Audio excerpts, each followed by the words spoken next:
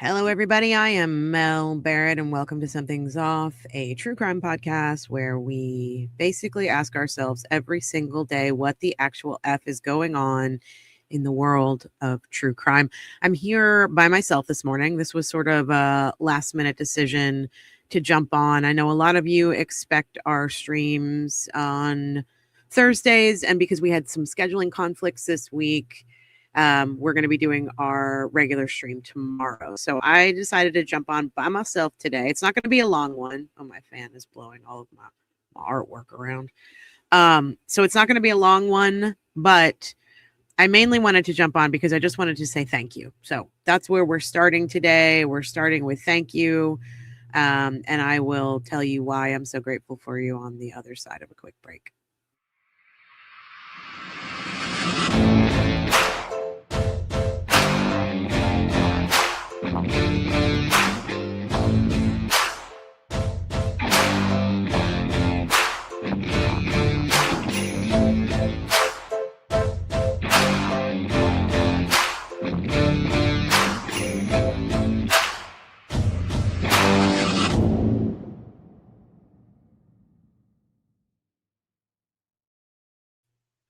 Hello, everybody.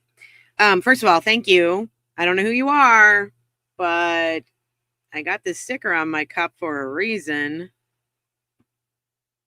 Whoever you are, you're friggin' amazing. And I am so blown away by the generosity of some of you folks. I mean, all of you folks out there, but some of you in particular have gone way above and beyond. And I'm not going to thank you all personally right now. I'm going to wait to do that when Rebecca's on the stream with me. As you can see, I am no makeup, no hair, just jumped into the studio. I was missing you guys, so I wanted to say hi this morning and spend a little time. I don't really have anything in particular to talk about except for how grateful I am for everybody who has been sending us lovely messages and tweets and the Amazon wish lists and all the stuff that you guys have been doing has been so amazing and really like keeping me above water because it's been a shit show of a week on Twitter, as I'm sure you've noticed. And I know that a lot of other creators deal with the bullshit that comes along with, showing your support for the First Amendment and Aiden Carney. And I know Rebecca's dealt with it for a long time, but I'm just personally dealing with it a lot this week. I'm not going to give it a lot of air because that's what they want.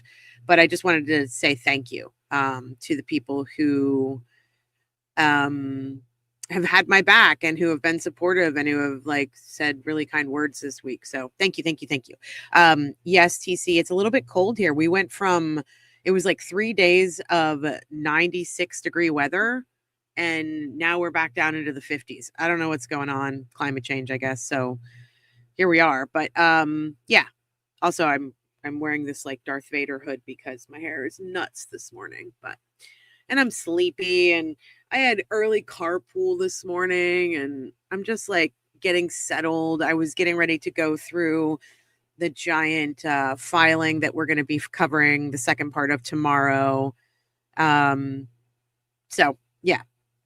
Just jumped on to say hi. How's everybody doing? How's everybody out there in the world? How are you feeling? One of the stories that I did want to talk about this morning because it's really, really bothering me. Let me see if I can pull it up on the twit-twat. So as many of you know, I used to live in Boston, specifically, well, I say Boston, but it was, obviously Boston adjacent. I lived in Somerville, Massachusetts, right on the border of Cambridge. And so I lived near, if you all are familiar with the area, I lived in Teal Square, right next to Davis Square.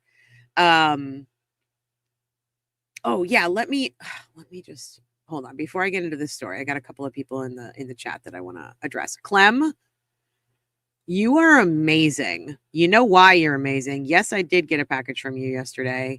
It's already set up. It's being used for dinner this evening. A lot of you, I've talked about this a lot, but a lot of you know that I love to cook.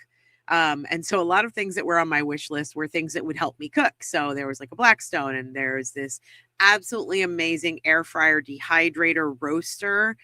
And it came in the mail yesterday, and it blew my mind, and it made me cry. And Clem, you're amazing. Thank you so much. I'm gonna thank everybody personally tomorrow when Rebecca's on the stream.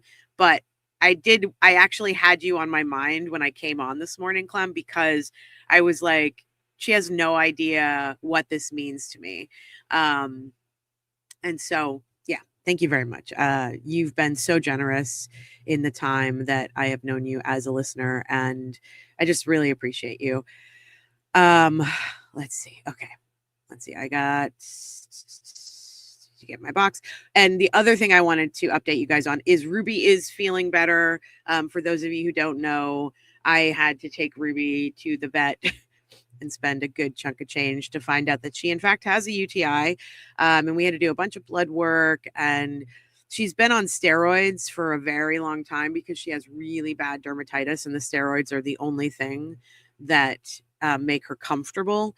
But steroids, if you don't know, long-term steroid use really degrades the body. So our poor girl has somehow lost 3 pounds. She's never lost 3 pounds in the almost 3 years we've had her. She's on a very consistent diet. She's very food motivated. She's very happy. She's been the exact same weight, give or take grams and ounces, for almost 3 years. So she lost 3 pounds, and the vets think it's because of the steroid use. So lucky for Ruby, we're going to try to fatten her up a little bit, and she's going to get extra treats. I got to be careful to say that word because she'll go absolutely nuts behind me. So TREATS are going to be in abundance in this house. I appreciate whoever is sending the treats from my Amazon wish list. We absolutely appreciate that as well, because Ruby needs to get some more muscle back and some more body fat. And yeah, so we feel pretty good about it. Although the weight loss is really concerning. So I have to keep an eye on that and figure out what's going on, because she doesn't lose weight ever. She's always very consistent. So, but otherwise she's doing okay. It took a bit of money to figure that out, as you well know, who have pets, but yeah, she's doing okay. Let's see.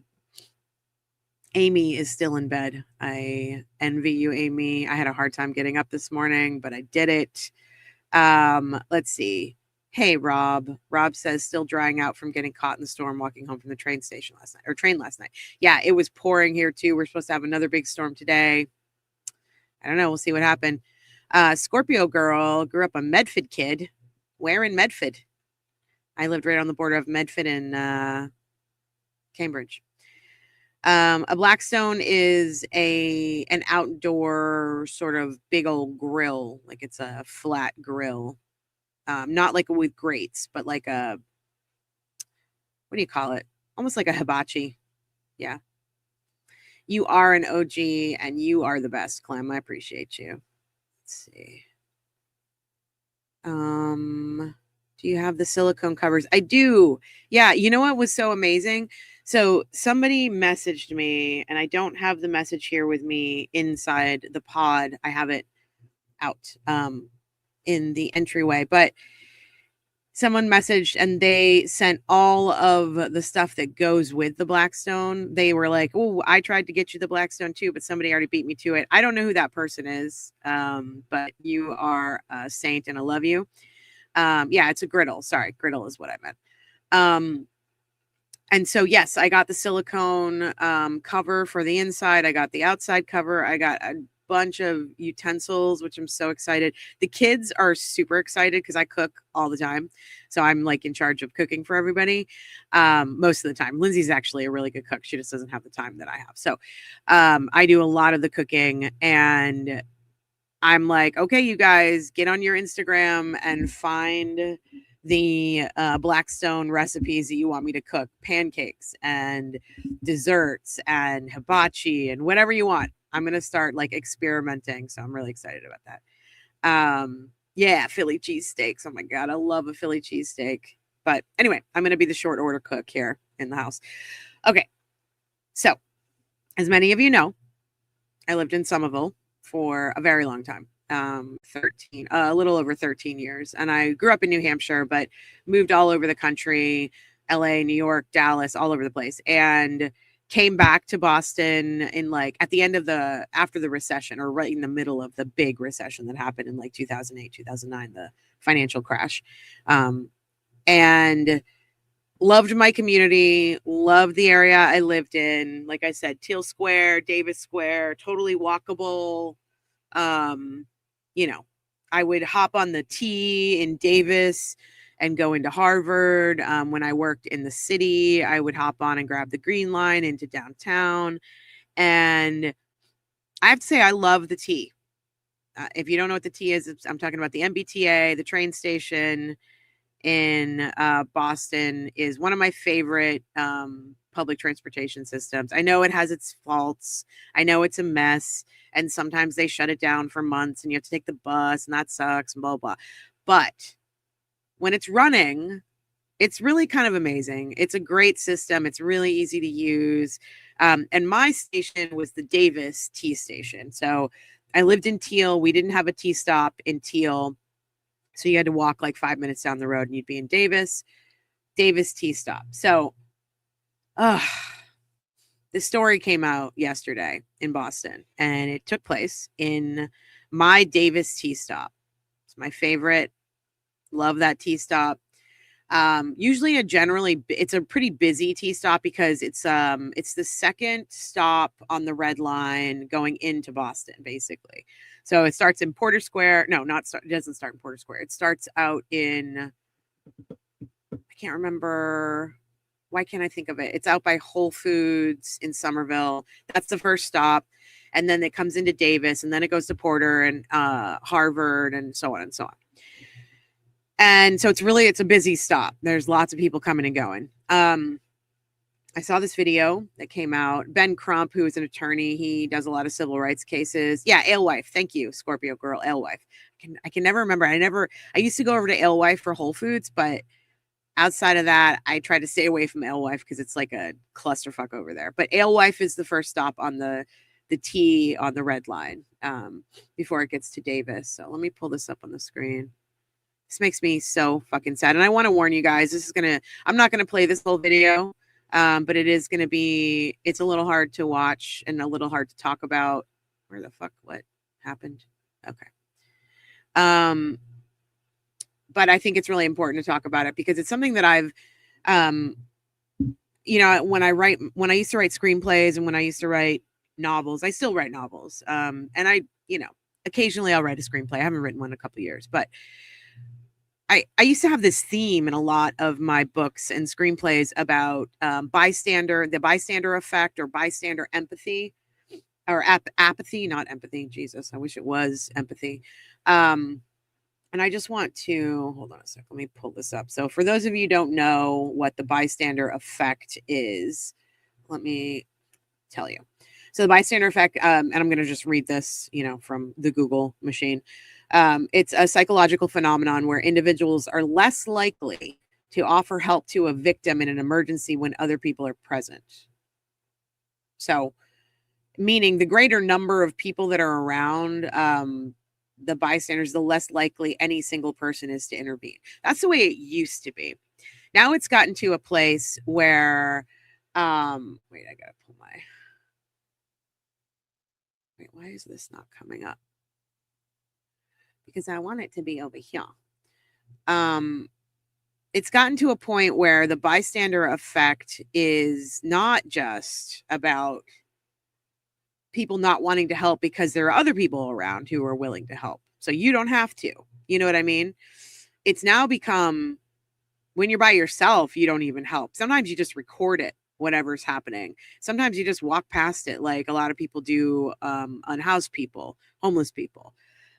It's easier to just keep going and to not have to expend your energy. And maybe you're in a hurry and maybe, whatever. So when I saw this story, I was very bothered by it.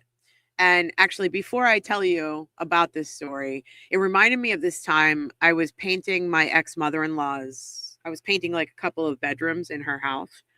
And so I had driven out to where her family was from in Massachusetts. It was like 45-minute drive. And I went to the paint store in the neighborhood, and to go buy some paint and, to do what I was going to do. And as I was walking up to the stop, there was this guy, and I say kid, he was probably in his 20s, passed out. He was very obviously overdosing, and he was passed out right in front of like a liquor store, which was next to the paint store. And I was walking up, and I watched a bunch of people just walk past him. The kid was like convulsing on the sidewalk, and he was literally next to the door to the liquor store, which people were just walking, or it was like a convenience store. People were just walking in and out. I like ran up to the kid. He was, obviously unhoused, really struggling. I picked him up. So he was sitting up.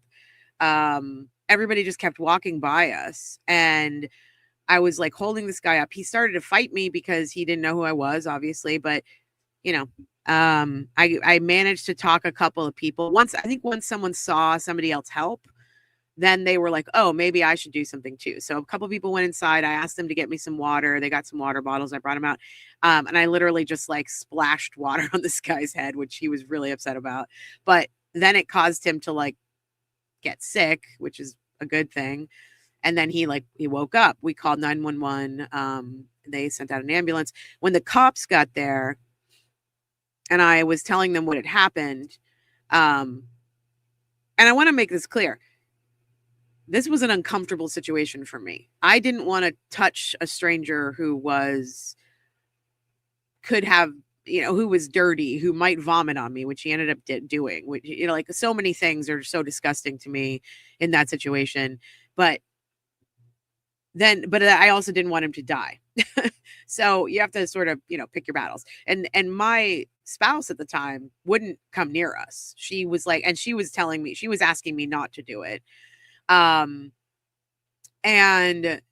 so anyway, they called the cops came, and I was like telling them what happened, and the cops got really accusatory with me. And they were like, are you with him? And I said, no, he was lying there, and I thought he was going to die. So I tried to help. And they were like, they didn't believe me because I was wearing like cutoff shorts. I had a bandana on. I was covered in paint.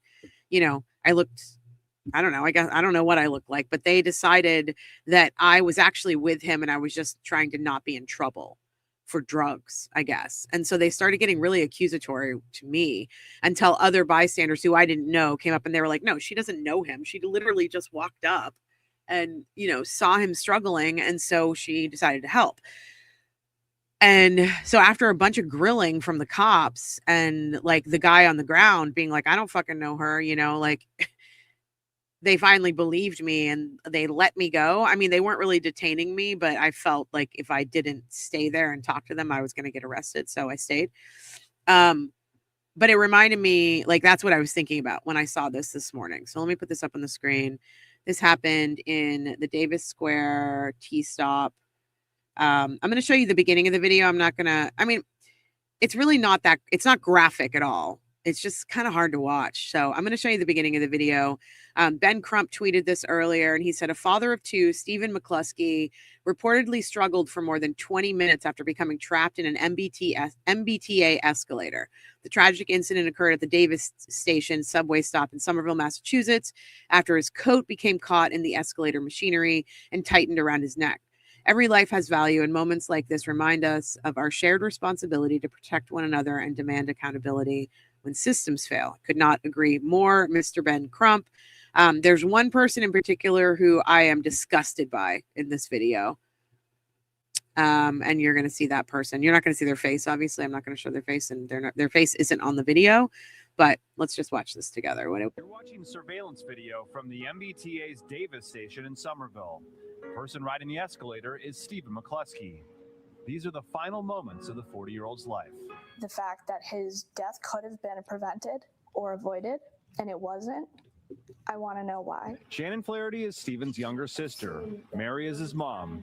Together, they sat down with us inside their family home in South Boston to talk about the talented carpenter and father of two boys. He loved building things, loved his children, loved being a dad. But in recent years, they described how Stephen was struggling. He was dealing with addiction. You know, he did his best every single day to show up for the people that he loved in the ways that he could. Just before 5 a.m. on February 27th, Steven stepped on the escalator and headed toward the subway platform. But at the bottom, watch as Steven loses his balance and falls. He would never And he's get back probably up. high. Family remembers getting the call from the hospital. What's going through your mind? I pretty much froze. You can't describe it. There's just no words. Going through my head that whole time was just like, am I going to see my brother again? All they knew was there had been a horrific accident involving an My escalator. God, I know They that had no escalator idea so what well. unfolded in the video you're about to see. I can only imagine there were so many questions going through your head. Well, I just don't understand why nobody would help. Like, nobody would stop. Where was security? Where were It's the a busy red coats that are station. supposed to be on all the floors from the time it opens to the time it closes? Yep. How does a busy train station and I hope nobody they stops, sue the nobody fuck out of the sees? It turns MBTA. out plenty of people did see Watch Steven this that guy. Look morning. at this guy. Less than a minute after he fell, a This passenger fucker. spots him from the top of the escalator. And I then hope after this taking the haunts you for the stairs, rest of your looks like fucking he life, briefly dude. tries to help Steven before continuing to the subway gates. Fucker. You then see Steven flailing his legs as he tries to free himself. A steady God. procession line of T-riders Look at this. follows, with some people briefly staring at the Motherfuckers. person at the bottom of the moving escalator, others barely giving a glance as they stroll by. Nothing. A larger group reverses course on the escalator before gathering around Steven at the bottom, with one pulling on his legs. Roughly Least they 18 tried. minutes after he fell, a 911 call the NBC 10 investigators obtained finally alerts 18 first fucking responders. minutes. Why didn't the first guy call 911? If he didn't want to fucking help him, why didn't he call 911? Why didn't he stand there next to Steven's body until the ambulance got there or until medical got there? I do not understand. I know this station like the back of my hand. I cannot imagine walking into this station, heading for one of my trains, and seeing Steven at the bottom of the stairs there and doing absolutely fucking nothing. Overprivileged white, more than likely white motherfuckers. Sorry, I don't want to be political about it, but that's what the demographic is in this part of Somerville. It's majority white. And I know those motherfuckers. And they just walked past his body. Sorry, I'm getting really angry. I should probably simmer down. Of the down escalator. And is the escalator moving?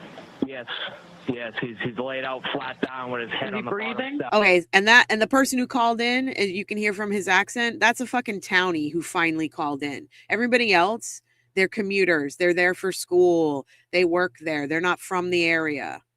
That's a townie that called in. I can't even tell. my I opinion. saw him when I was getting at the top of the escalator. More than 22 minutes had passed by the time a Fuckers. T-worker appears on the screen, walks up, and presses the emergency stop button. I don't find that acceptable. That's way too long. Robert Cotton is an escalator expert with 4 decades of experience. He used to oversee the equipment for the public transit system in the Bay Area of California. Well, they have to have the highest standard of care. They breach that duty. They have a duty to maintain that. If somebody had knowledge of it, that should have been acted upon immediately. In a statement, the T called the incident a terrible accident and told us MBTA personnel respond swiftly to all emergencies and do everything they can to assist individuals and secure the situation. When first responders arrived, they found Steven without a pulse and his clothing pulled tight, cutting off the airway in So his throat. fucked up. They also discovered the skin from his back had been pulled into the escalator, and at one point thought the machine would have to be dismantled just to free Steven. A half Jesus. hour after responding to the station, EMS workers finally carried Steven out on a stretcher and loaded Sorry, him into Steven. an ambulance. An NBC 10 photojournalist captured the departure to Mass General Hospital, where Steven would pass away 10 days later. I would like to see. I would too. Marion Shannon had never seen the video Oh my of Steven's God. final moments until we met them for this interview. And they just walked by. The footage, difficult to comprehend. I just can't believe it. And I want to make sure that, there's somebody or something held accountable for the fact that my brother wasn't protected Yep. in a public space. But beyond getting answers from the T, the family feels a broader sense of purpose for speaking about their tragic loss. Why is it so important for you that people know about your son and that the public in general gets answers to how something like this happened? Well, because he was a somebody. Yeah. He had a life. We loved him. They treated him like he didn't exist. Nobody cared. Nobody stopped. Nobody took the time Yep. to help, to make sure he was okay. If somebody took that minute, he would be here today. Yep. So it's important that people realize that people belong to somebody else. Yep. And just 1 minute of your time could save that person. Yep. And nobody chose to do that. What is wrong with us? What's happened, guys? So tonight, the big takeaway for the public is that these emergency stop buttons are prominently displayed. Anyone can push one of them to see if you see someone caught in an escalator.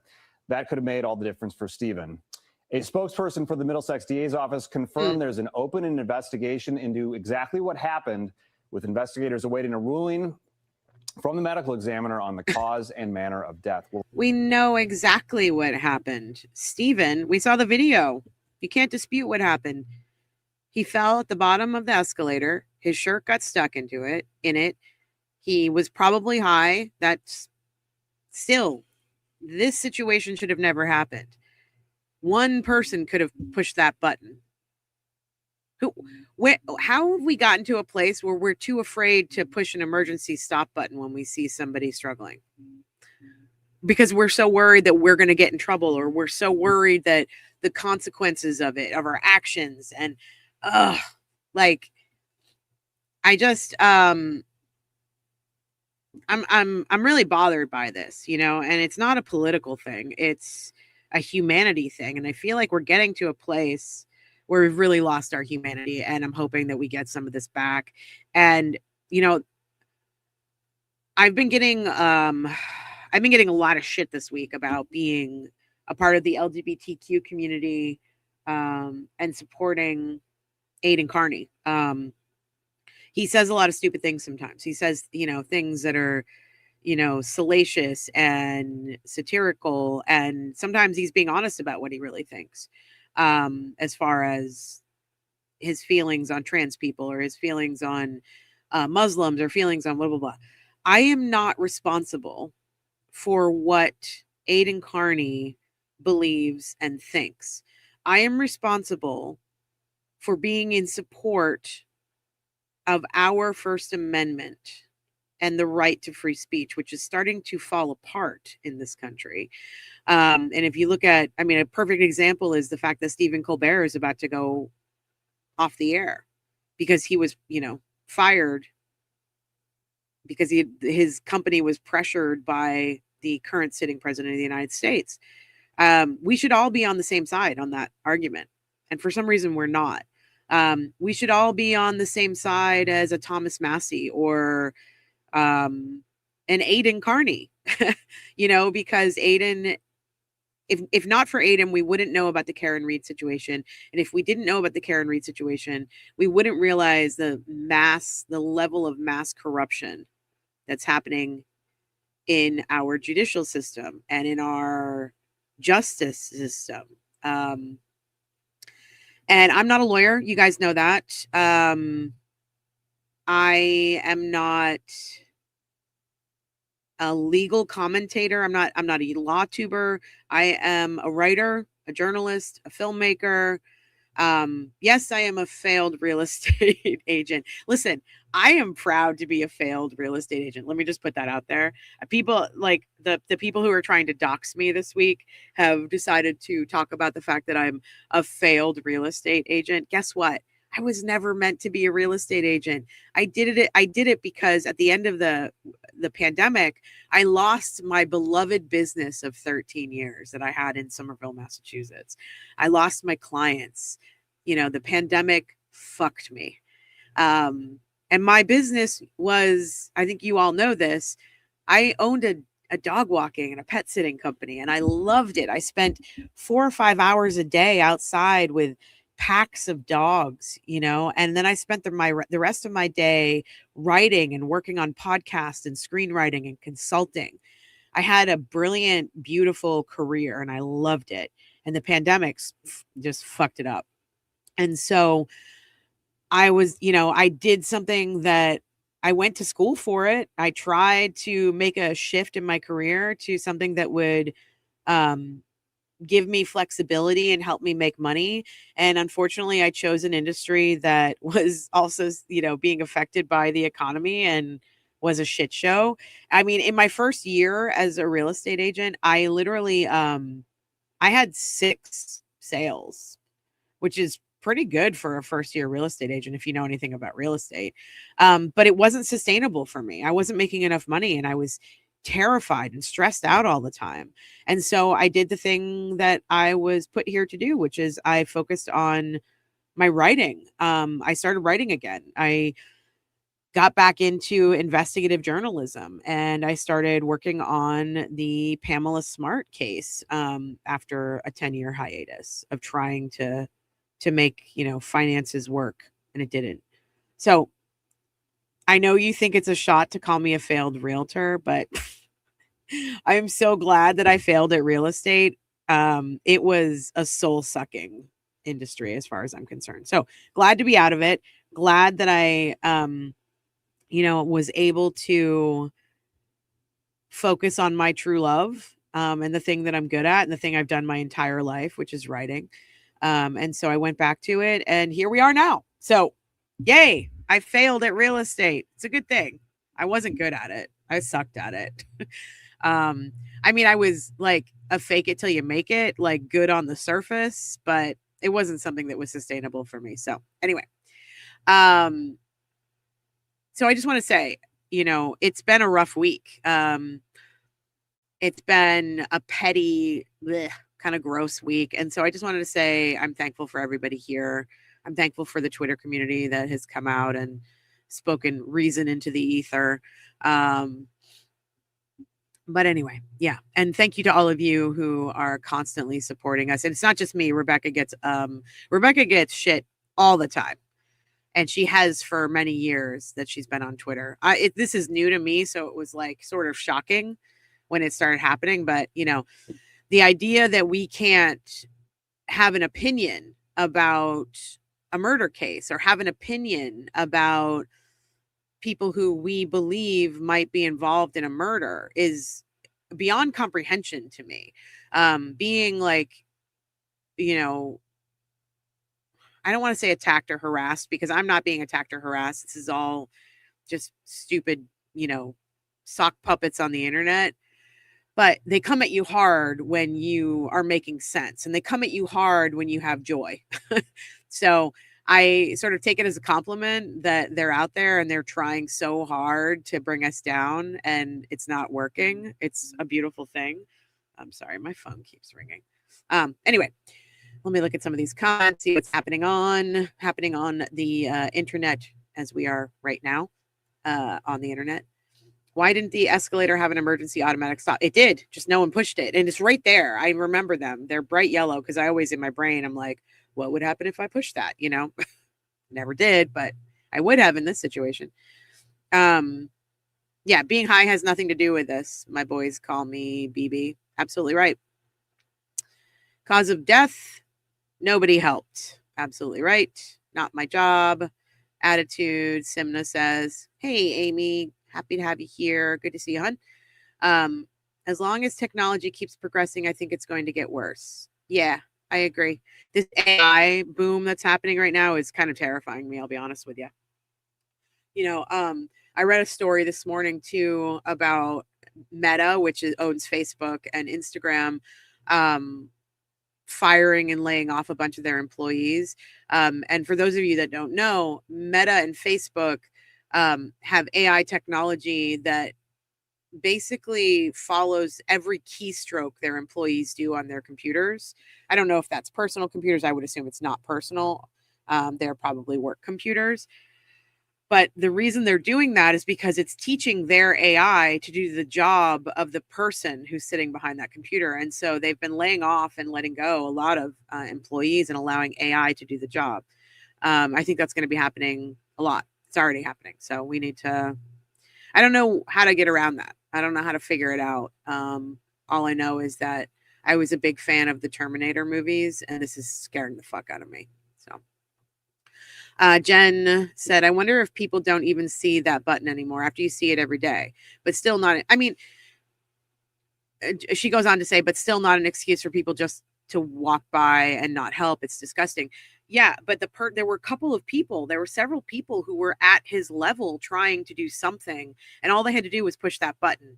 If they had pushed that button, even if they had pushed the button and walked away and called 911 or done whatever, it might have saved his life. But because nobody felt comfortable to push that button, which is right there, and it's a yellow sticker with a big red button. And all you got to do is hit it. You just got to hit that button once. It's like pulling a fire alarm. I mean, that's the other thing. There are fire alarms in the station. They could have done anything, but to do nothing is not a choice, or at least it shouldn't be, you know? I can't wait. I have to go grab a propane tank for my Blackstone over at Home Depot or Lowe's. I should probably go to Lowe's because Home Depot hates my people, but you know, whatever. And yeah, I can't wait to use the Blackstone. I'm really excited about it. But today I'm actually cooking a giant pork roast in the new air fryer roaster that Clem picked up for me. Thank you, Clem, again. Carrie said, oh, this is about Turtleboy. I think he's one of those people that just hasn't been around diversity. Not a bad guy, just doesn't have the exposure. And I don't want to make excuses for the behavior, but that is a perfect explanation of a lot of people that I know in New Hampshire, Massachusetts, Rhode Island, Connecticut. It's a white majority. It's always been a white majority. There's not a lot of diversity. And the history of race in Massachusetts with Dorchester, Roxbury, the busing situation in the 70s and 80s, all of that, Jamaica Plain, these areas used to be mostly Black population, and they were separated from white people. And now white people have definitely moved into Black neighborhoods and are gentrifying and kicking Black people out. It's a race in Massachusetts and race in New Hampshire is a sticky fucking subject. And I would love for us to talk about it more. But Aiden is of an age, and I'm not making excuses. Please understand, I'm not making excuses. What I'm saying is I know people like him. He is okay, and I'll say this. Because he is friends with people like me and people like Jimmy, and he's still like stuck in that old habit of making dumb jokes, but he's starting to open up and see people for who they are as opposed to what category of people they fall into. And that gives me hope. Like I saw that within my own family when I was coming out. I saw people who had used, I'm going to say this word and hopefully it doesn't get us banned or whatever, but who had used the word faggot in the past or dyke in the past. When I came out, immediately stopped using those words and started to change their behaviors. When somebody starts to think, and I know he's thinking about it because I will watch one of his streams and he'll be talking about something and he's like Mel, like my friend Mel or whatever, you know, and he'll bring something up and he'll talk about it in a way where I know he's thinking, maybe I had this wrong. And I'm not saying that's what he's thinking, but at least he's thinking about it. And I'm not going to fault anybody for trying to change or thinking about changing or eventually changing. I'm not going to do that. What I am going to do is like any lawyer would do, even though I'm not a lawyer, but I like this philosophy that lawyers have, defense lawyers in particular. They can't judge the person they're representing. They can only give them a good defense, which everybody in this country is entitled to when they've been charged with a crime. And so we are not there to judge the person. We're there to judge the actions in this situation. And for me, if Aiden is put in prison for the First Amendment, that's the only way I can think to say it. Honestly, that's the only way I can think to say it. If Aiden is put in prison for using the First Amendment, questioning witnesses, hard questions, and being belligerent to get to the bottom of the story, showing up on their doorstep to get to the bottom of the story, just like Ted Daniel does. But Ted Daniel works for a corporation, so he's covered. But Aiden is independent, so when he shows up at a sports event and asks hard questions That's okay. Like, you have to understand that in this country, that's okay. If you want to stand outside of the White House and scream, Trump is a pedophile, which is something I would do. I believe Trump's a pedophile. Trump's in the Epstein files, blah, blah, blah, blah, blah. That's your God fucking right. That's your God-given right in this country to do that. When you cross the line, when you say, I think Trump's a pedophile and I want to blah, blah, blah him, that's when you cross the line. That is when you start to, what's the word I'm looking for? Threaten. Your words become a physical threat of violence. That's when it becomes a problem. When you are allowed to ask questions, you are allowed to get to the bottom of something that's happening in your community that affects you and that affects the death of a Boston police officer. And you may not like his tactics, but you're allowed to do it. Just like Larry Flint was allowed to publish pornography. Those are the rules in our country. And if you don't like those rules, then try to change them. But attacking people and doxing people on the internet and, it's your, I believe in your First Amendment right to call me a gender confused lesbo, because that's what you're calling me on Twitter. You're allowed to do that. It's when you get to the point where you're like, you're a gender confused lesbo who I want to XXX, like terminate. That's when it becomes a problem. But you're allowed to call me. Go ahead. What's it going to do to me? It's not doing anything to me. I'm secure in who I am. I'm happy with who I am. I think the word lesbo is kind of cute, and I'm going to call myself a lesbo. So fuck off. I'm just like, people don't understand the concept of the First Amendment. They also don't understand the concept of defamation, and they should really look it up. Here, let's do this right now. Let's look up the definition of defamation, because that word gets thrown around a lot. Let's look up defamation, and then we're going to look up libel. Okay. This is for all the really smart trolls out there on Twitter. Defamation is a legal term for any false, unprivileged statement communicated to a third party that causes damage to a person's or business's reputation. Defamation is a civil wrong, a tort, if you will, that is generally split into two categories. Libel. So here we go with libel. Libel, defamation through written, printed, or broadcast forms, e.g. social media posts, news articles, or video content. So if I say that, I'll figure out something. Hold on, let me figure it out. Slander is another part of defamation, and slander is defamation through spoken words or temporary gestures. So here are the key elements of defamation as a claim, right? For any statement to be considered legally defamatory, it must meet these core criteria. Ready? Fact versus opinion. It must be presented as an objective fact, not as a subjective opinion, which is protected. It is protected.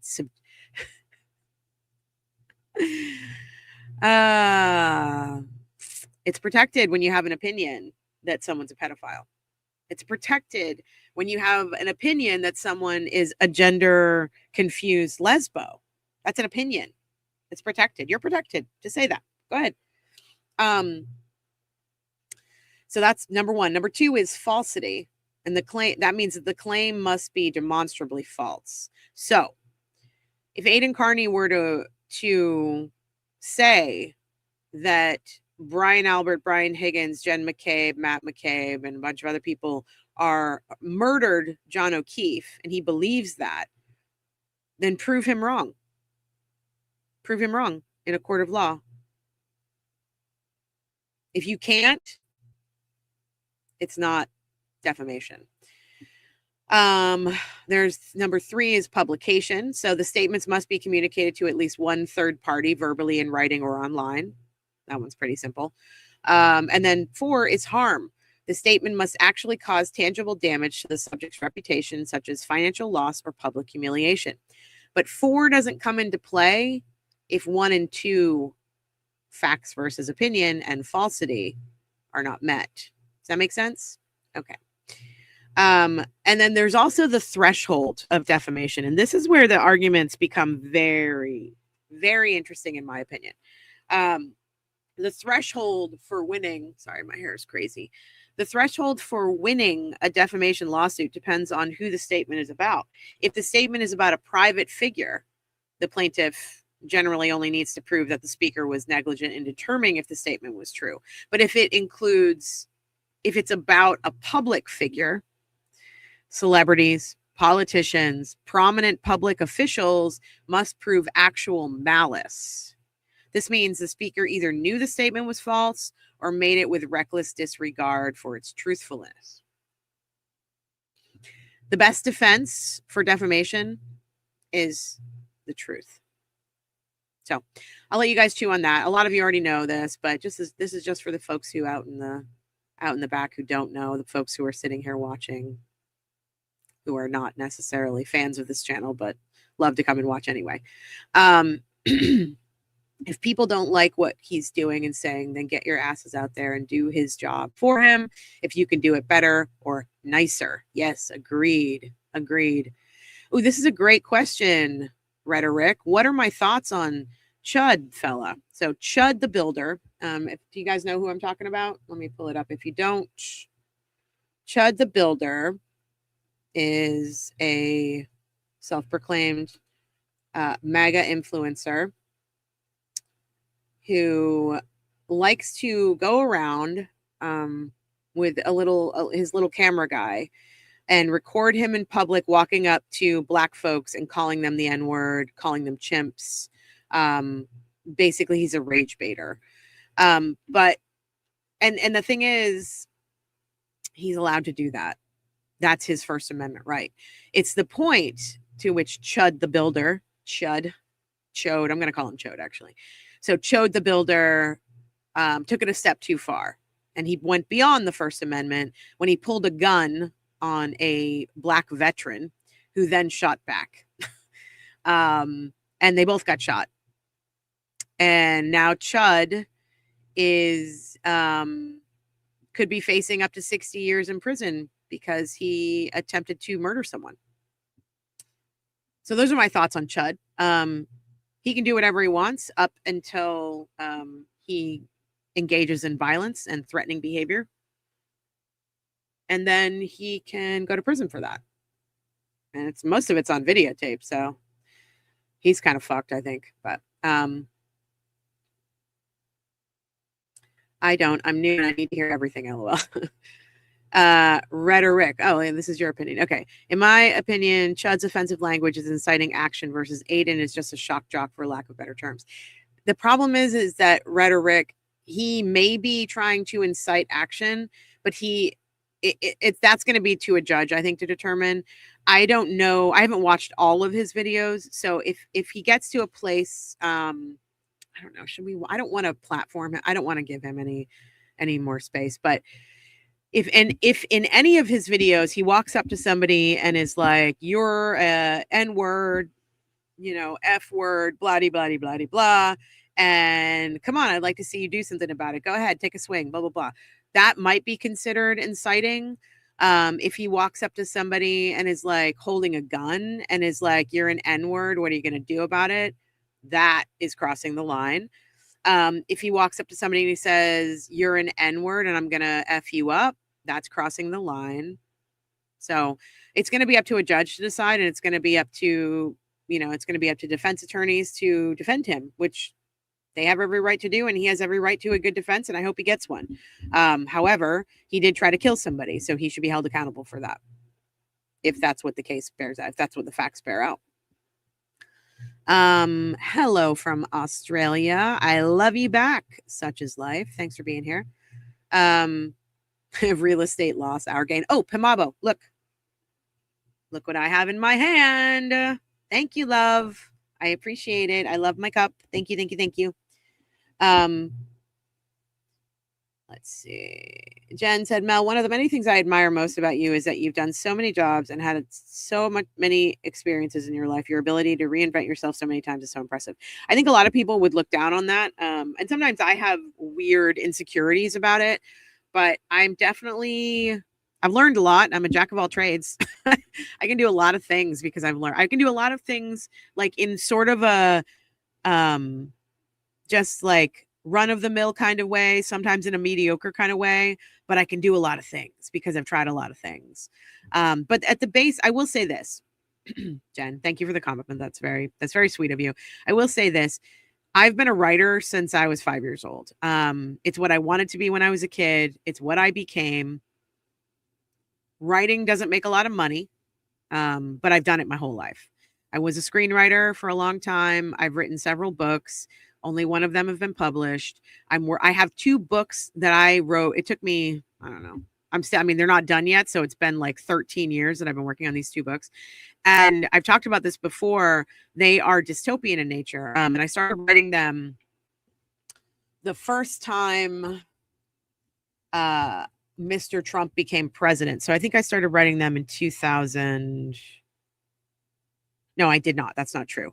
I started writing them. I remember I started writing them during Occupy Wall Street. Do you guys remember Occupy Wall Street? What was that? 2015, 14? I started writing them around that period. So it's been a good 12 years that I started writing these books. And it's a series of 3. I've written 2 of them to completion. However, they need major rewrites. And because of everything that's been happening over the past year and a half or so in our country, I've gotten really scared about what I wrote about 5 years ago coming to fruition now, because I imagined this horrific dystopia and we're living in it. And it's really bothered me so much that I am overwhelmed by the book. So I stopped writing them. But I've been thinking over the past few days that I'm like, this is really strange that we're talking about this now. I was just talking to Lindsay about it last night. Because I said to her, as we were going to bed, I was like, you know what? I'm thinking about working on the books again. And she was like, really? And I was like, yeah, but I think I have to start them from scratch. And she was just like, oh, babe. So that's where we're at right now with the books. But I've always been a writer. That's the one concrete thing that's always gone through. I've always been a writer of either, I started as a poet in the 90s. The first publication I ever had was poetry. The first job I ever got was writing poetry and film reviews for a lesbian magazine in New York. The first award I ever won was for poetry. I'm a poet, in case you didn't know it.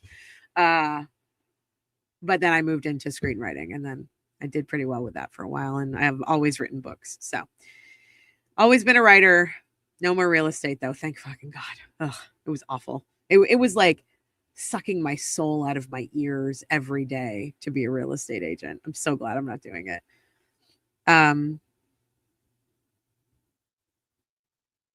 Okay, this is a great point, Sam.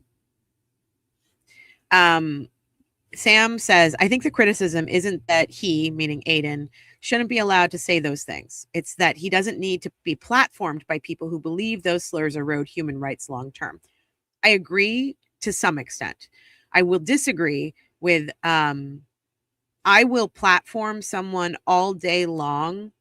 I will platform Nick Fuentes or Charlie Kirk for their First Amendment rights to say whatever they want to say. I will disagree with them personally about their views on my community, their views on women, their views on Black people, their views on abortion, their views on everything I disagree with. The great thing about this country is that we're allowed to disagree with each other and try to figure out a way to still communicate with one another and possibly even be friends. I would consider Aiden a friend.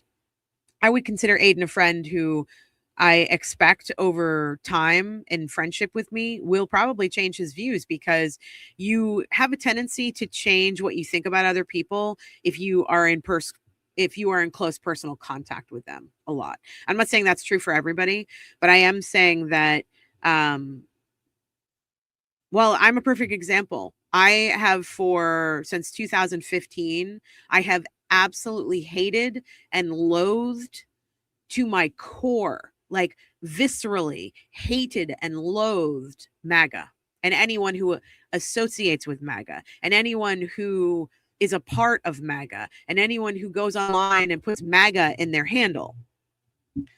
But I've come to understand in the past couple of years, I would say, this is me educating myself, that MAGA is not their entire personality. And they made dumb decisions. I'm not going to lie about that. They made stupid fucking decisions. And I think that some of their beliefs are so fucked up. They are not my beliefs. That doesn't mean that they are right or wrong. And that doesn't mean that I am right or wrong. I believe in humanity. I believe in human rights. And if you disagree with that, it is your right to disagree with that. I think that makes you kind of a shitty person. But I am going to stand up forever for your right to say what you believe. And that's where our democracy is holding on by a thread, I think. But in the past couple of years, I've come to understand that, and this is through my relationship with Aiden. Not that I have a huge, strong relationship, but in my communication with him over the past couple of years, I've come to understand that we have a common enemy. And that common enemy is government corruption. And that means, and I believe that puts me almost on the same side, at least in part, with people like Thomas Massey or people like Marjorie Taylor Greene. And I'm not saying they're right. I just want to make that point. I'm not saying they are right. But I am saying that we have a common enemy, and that common enemy is corruption and billionaires and certain parts of our government. Aiden and I are on the same side on more than we're not on the same side. And I don't mean like accumulative. I don't mean like, here are 10 things that we disagree on, and here's 2 things that we agree on. It's that the 2 things are overwhelm the 10 things we disagree on. I don't have to be his best friend. I don't have to agree with him to believe that he deserves to say whatever the fuck is on his mind, as long as he's not threatening anybody. So that's what I'll say about that. It's a shame no one realizes or cares enough to look into TB's reporting. This is from Free the First Amendment. He's gotten several rewards through the years. Karen's case is actually the 3rd big case that he has broken. Look it up. You're absolutely right. I would suggest everybody go back through TB Daily News. He's not the greatest writer, and he says some stupid things. And by stupid things, I mean he's not like a trained journalist like the journalist Sue O'Connell. But he is good at talking about his local politics and his local his community and the people who are acting in corrupt ways in his community. He's good at breaking those stories. He's good at getting to the bottom of them. He is very well sourced. He's not an Alex Jones, he's not a Nick Fuentes. He's not even a Charlie Kirk. He is a journalist who has differing opinions from me. That's it. Oh, I'm so glad, Jenna Lee, that you took today off. I hope you're enjoying it. And just so you guys know, Rebecca and I are going to be back tomorrow together. We will be on at 8 a.m. We're doing an early stream tomorrow. She has kind of a crazy schedule with her day job this week. So we're doing an early schedule tomorrow, 8 a.m. And then we're doing, or is that right? Yeah, Friday, 8 a.m. And then we're doing, the fundraiser on Saturday. We're doing the Defense Diaries fundraiser on Saturday for Aaron Spencer. If you don't know who Aaron Spencer is the man who chased the pedophile who had kidnapped his daughter. He asked the police to get involved. He had called 911. He ended up getting into a car chase with this pedophile who had his daughter in the car. Rumor has it he did some sort of a pit maneuver to push the car off the road. And when both men got out of the car, they got into an altercation. Something happened where there was either another gun present, but Aaron Spencer had a gun on him, and he shot the guy who had kidnapped his daughter and who had sexually assaulted and molested his child when the cops wouldn't do anything. This was after a judge let this man out on $5,000 bond and was told that he just wasn't allowed to be around the girl. This was after that. And the guy got her out of her bedroom in the middle of the night, kidnapped her. Aaron Spencer discovered it. Thankfully, because the kid had a good dog who was barking his head off like, hey, guys, wake up. She's missing. And so Aaron Spencer went out to look for this guy, found him, followed him for 6 miles where the police never showed up until after the guy was shot. Aaron Spencer is going on trial on June 22nd for, I believe, manslaughter. But the interesting thing is that between the incident where he shot Michael Fossler, his last name is Fossler, where he shot Fossler, he then ran for sheriff and he won. So they are about to put an incoming sheriff on trial for manslaughter, murder. And he needs all the help he can get. I do think that he's probably going to be okay. I hope he's going to be okay. I don't know.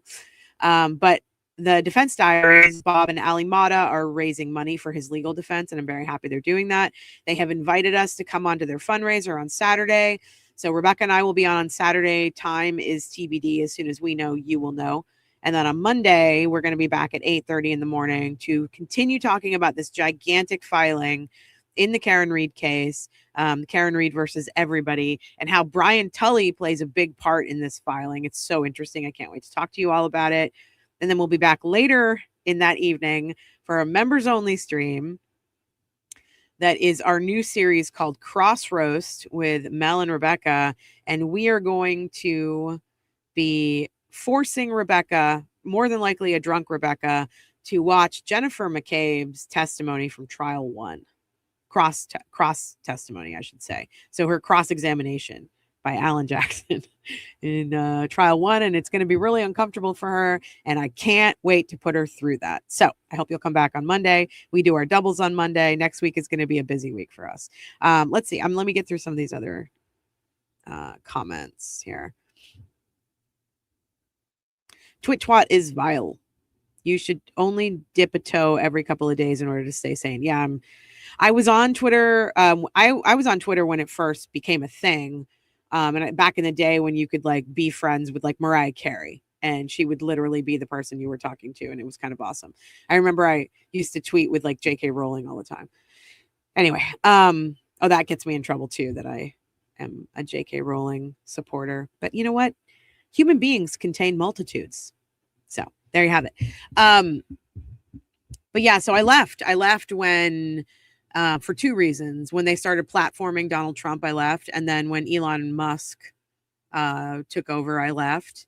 But Rebecca's been on it for a long time, and she was like, hey, it's fun sometimes. And this is where you kind of still get really good breaking news. Like there are really good people on there who actually break news. Journalists who sit in the courtrooms and live tweet, which is super helpful when we can't be in a courtroom. So I was like, okay, I'll jump back on. And I did. And what a fucking shit show.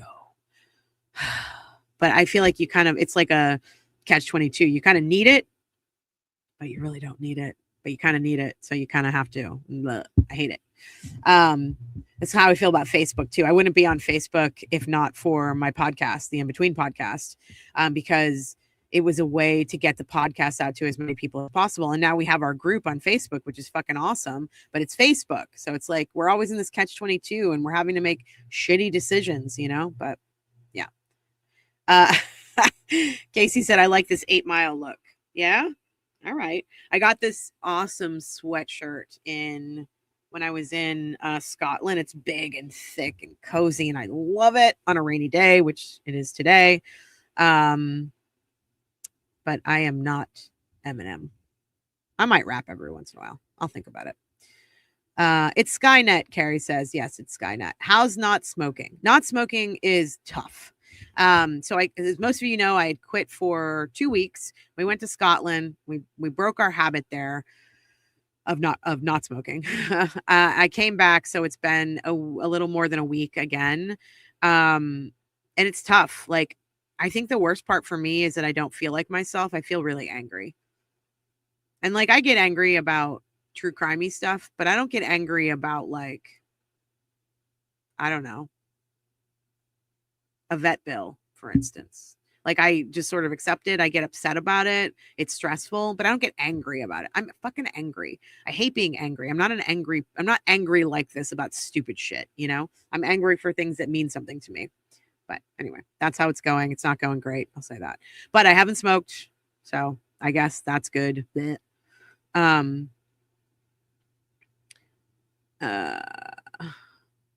are people supposed to make a living if robots and computers do everything? It's scary. People won't be able to make a living at some point in the future. Well, I mean, and I think it's funny what Elon Musk has been like suggesting, which is let's just pay everybody not to work and let the robots take over. How awful would that be? I like working. I like what I do. I love what I do. I can't imagine an AI. I can't imagine a robot doing what I'm doing right now. That would suck for you guys. Although some people would probably have the commentary that I am like a robot. Maybe I am. Maybe I'm AI. All right.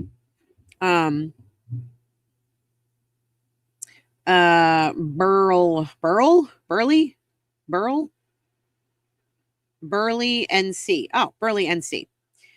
Who would have issues with someone trying on a career to support themselves and their family? A failure or a stepping stone? It's all you have. It's all have you view it. You do what you need to do. I will. Thank you, Burley. It was the right thing to do at the time. I was trying to have like a nice corporate career. I'm not suited for any kind of corporate career. I'm definitely not suited for real estate. So, Sam said, there's no excuse for racism, homophobia, or xenophobia. Don't believe in climate change or COVID? Fine, I disagree. Don't believe in value all humans? That's the line I draw. I understand completely. And as a human being, I would draw that line as well. But what supersedes that line for me is our amendments and the Constitution. That's what supersedes the line for me. If I were to say, Aiden, you're not allowed to say anything. I don't know. You're not allowed to say anything that's going to offend anybody in the human race. And take away his First Amendment. They would be doing it to all of us. If Aiden is found guilty, let's put it this way. If Aiden is found guilty and goes to jail, that is a strike on all of us. Gay or straight, black or white, Jew or non-Jew, Muslim or non-Muslim, Asian or non-Asian. I mean, I can't list off every single person, but you know what I mean. We have to protect the rights for all, even if they sometimes include people we don't agree with, even when that disagreement comes to humanity. Because if we don't protect that right, we are going to find ourselves victim of it someday. And I am not willing to put that on the line. There is one thing I can fight for right now. And there are many things I can fight for. There is one thing I can actively fight for, and that is the First Amendment.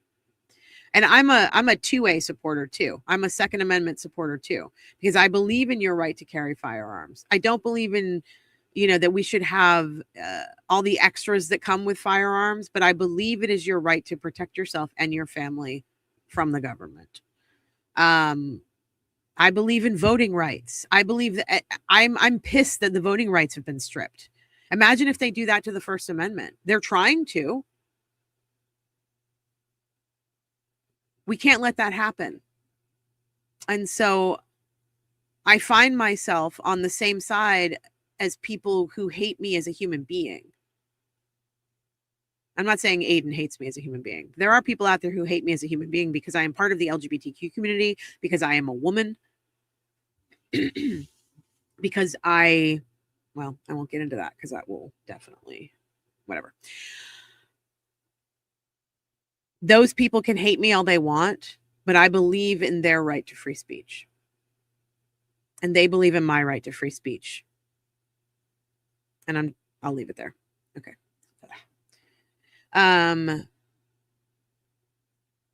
PMMNZR says, I found Karen Reed, you guys, and Melanie Little because of Taiwan.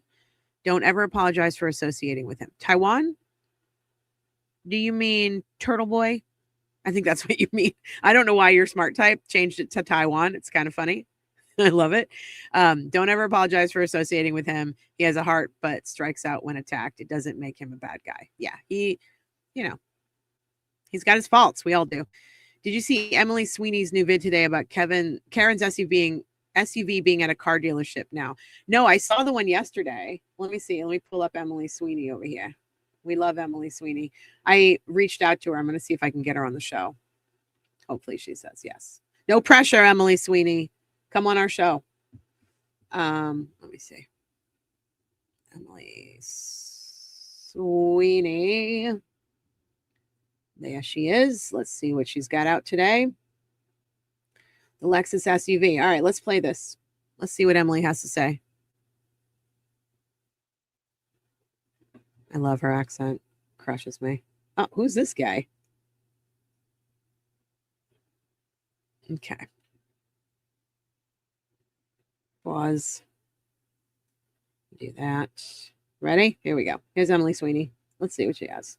Remember how a mystery buyer bought Karen Reed's SUV? Well, we have an update. The car is back on the market for nearly $100,000. Call it a retrial. We got a lot of comments from you asking, who is Karen Reed? So we got our resident expert here, Travis Anderson, who covered both trials. Karen Reed was at the center of one of the biggest true crime sagas locally that had emerged in quite some time when prosecutors had charged her with murder and some other counts for allegedly backing that very Lexus SUV into her boyfriend, Boston police officer John O'Keefe, back in January 2022 in Canton. Now, Karen's lawyers had said she was framed and that O'Keefe had actually entered that house in Canton, which was owned at the time by a fellow Boston police officer, where the defense said he was fatally beaten and possibly mauled by a German shepherd before his body was planted on the front lawn.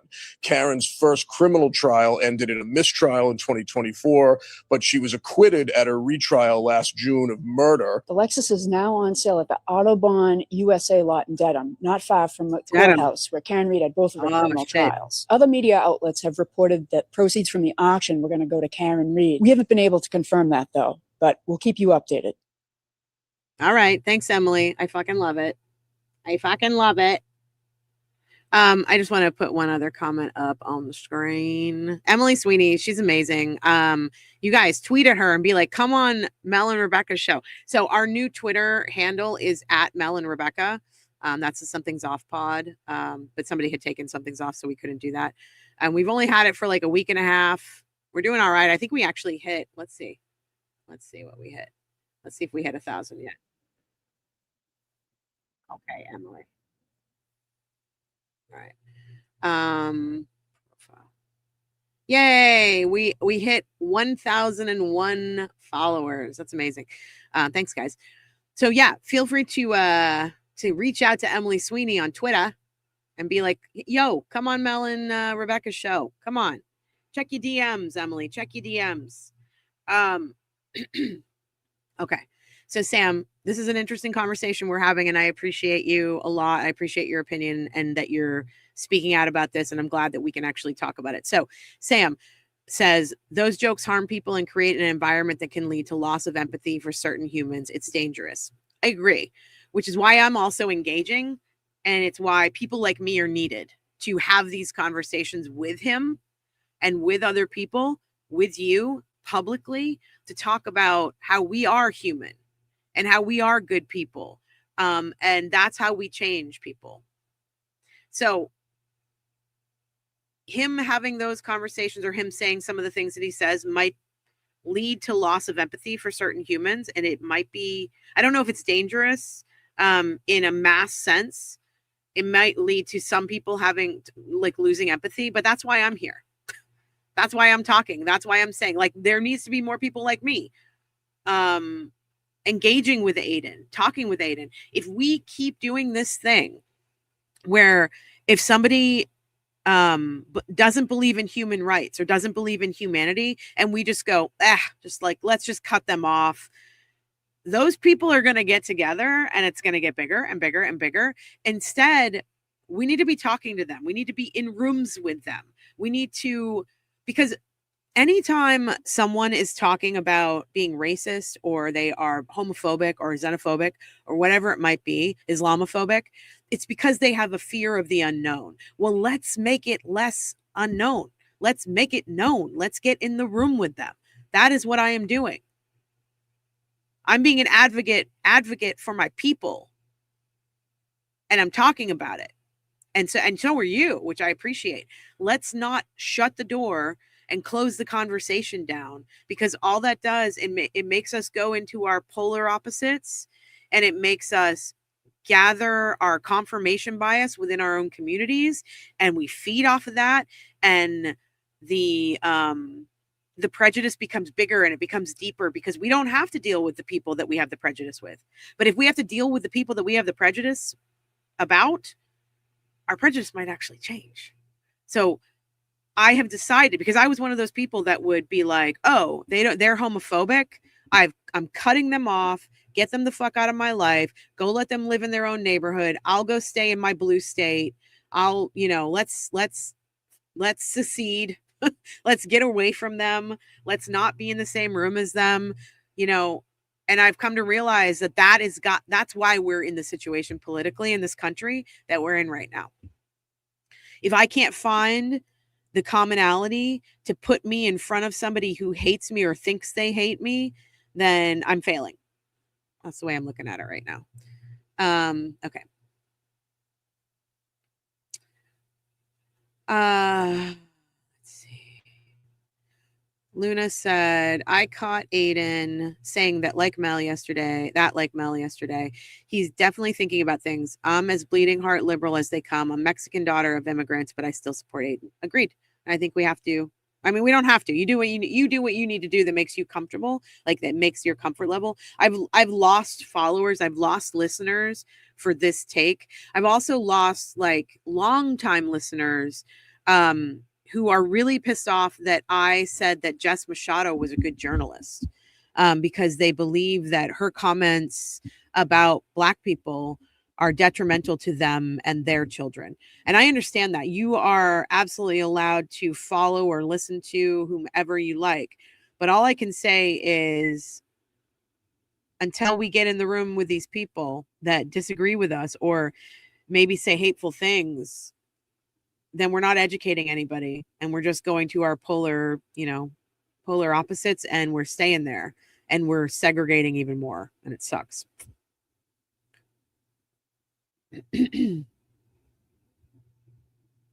Let's see. Yeah, I mean, honestly, Free the First Amendment says, I'm tired of people explaining their relationship with Aiden. If you're friends, you're friends. If you're a supporter, you're a supporter. People don't like it, they can suck an egg. I'm tired of explaining it too, but I a long time ago, God, that was a really awful stutter, and I'm sorry for anyone who's just listening to this. A long time ago, Rebecca and I had a conversation where we were like, hey, let's stop. We did this in front of you guys.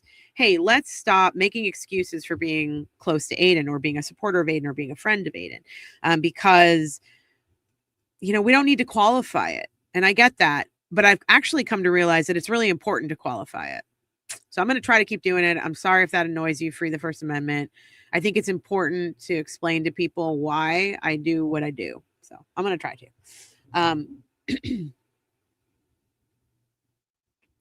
Let's see. RN2 Moms. Hello. Welcome. Happy you're here. You can. Would I? No. Absolutely. You're right, Donna. Totally. You're right. Aiden isn't perfect, but he will fight for people's rights. That is better than most people who are nice but would rather be a bystander or complacent. Yeah, I mean, that's kind of how we started off this episode with that video about Stephen falling down the escalator at Davis Square. Yeah, I just, let's see, what time is it? 9:43. Look up libel and slander. We did, and I read it out loud, Jen. I don't know if you missed it, but we did. Your comment came in like 40 minutes? No, 20. I'm bad at math. 15 and 15 is 30.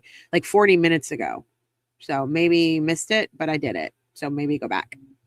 God, my phone is blowing up this morning. Having conversations with people who are different and or ignorant to themselves is how we bridge gaps. Agreed. Yep. We know, Jen, we know. Thank you for letting us know that libel is when you post it and slander is when you say it. Yeah. We read out the definitions a little bit earlier. Maybe you missed it. Christy said, Mel, I love your sense of justice and abrasive. As abrasive as TB is, he also has a keen sense of justice. Agreed. Oh, this is an interesting take. Free the First Amendment says TB and Aiden are two different entities. TB is a persona, a character, a brand. Yeah, I mean, he calls himself a journalist, an activist, and a satirist. So I think that's apropos. Nicole says she loves her Blackstone, greatest thing ever. I can't wait. I got to go pick up a I almost said protein tank again. I have to go pick up a propane tank today. Okay. All the elements have to be present, not just most. Well,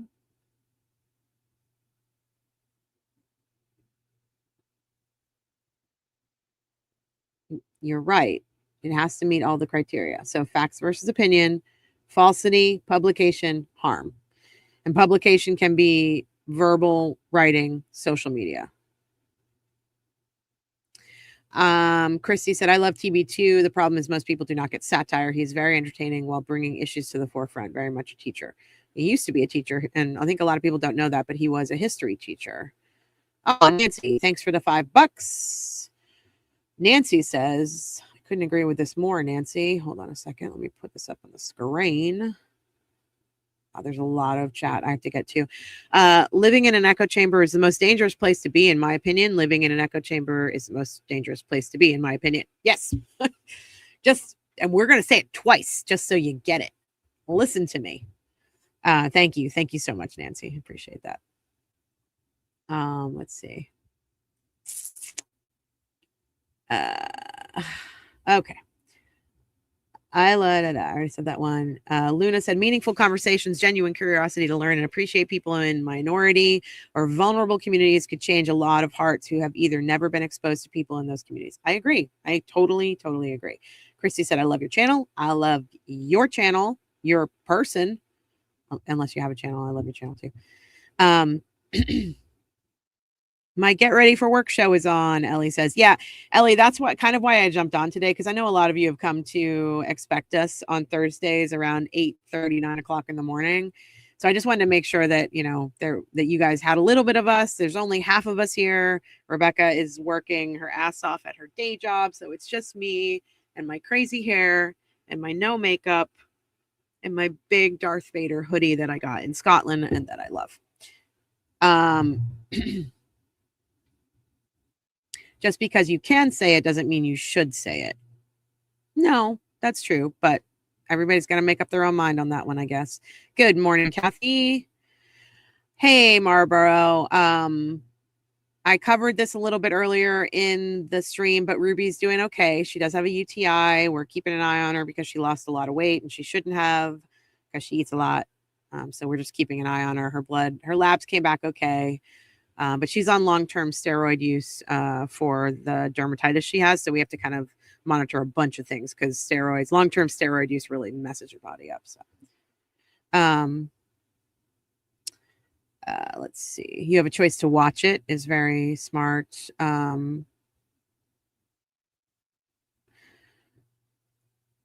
Andrea Burkhart said jury won't care because of his horrible behavior, not verbatim. What do you mean exactly by that? User LF9QVC CO3B.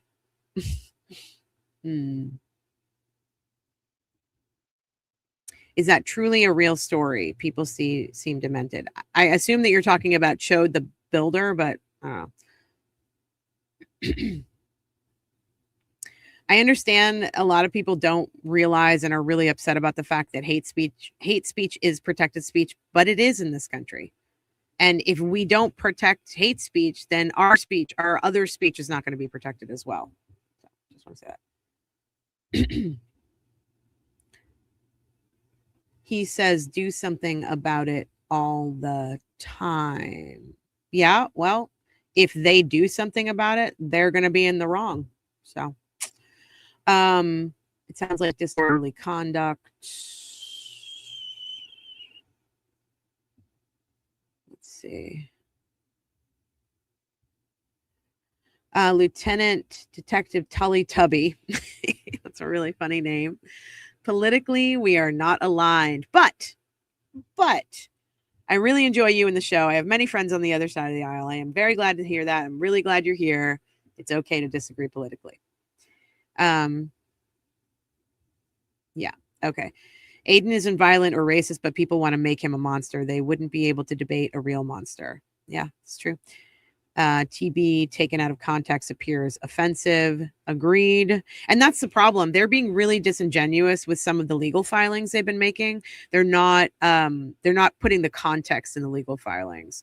You should go and watch. I think it was part of the mega fundraiser where he breaks down some of the Commonwealth reading out some of the things that he said, and then he shows like a video of what he actually said and the context of it, and it's really taken out of context. I do hope that everybody who is anti Turtleboy and who's like really railing on him in this chat actually goes and watches some of his stuff, so you can see what he's actually saying. You know, like for instance, a very simple example is when he called Colin Albert and left a voicemail, and he played back in the voicemail. He reenacted what Colin said on video about the Advantage Boys when he was like, Advantage Boys, bang, bang, and all that stuff. So Turtleboy called and left a voicemail and mocked him by repeating basically what Colin had said to the Advantage Boys. And they used that against him in court by saying that he was threatening Colin Albert and saying that he was going to beat him up. That's what Colin Albert said. He was using Colin Albert's own words. And if you watch the video of him doing it, you'll see that the context of it. And so they're being very disingenuous in their filings and what they're saying in court.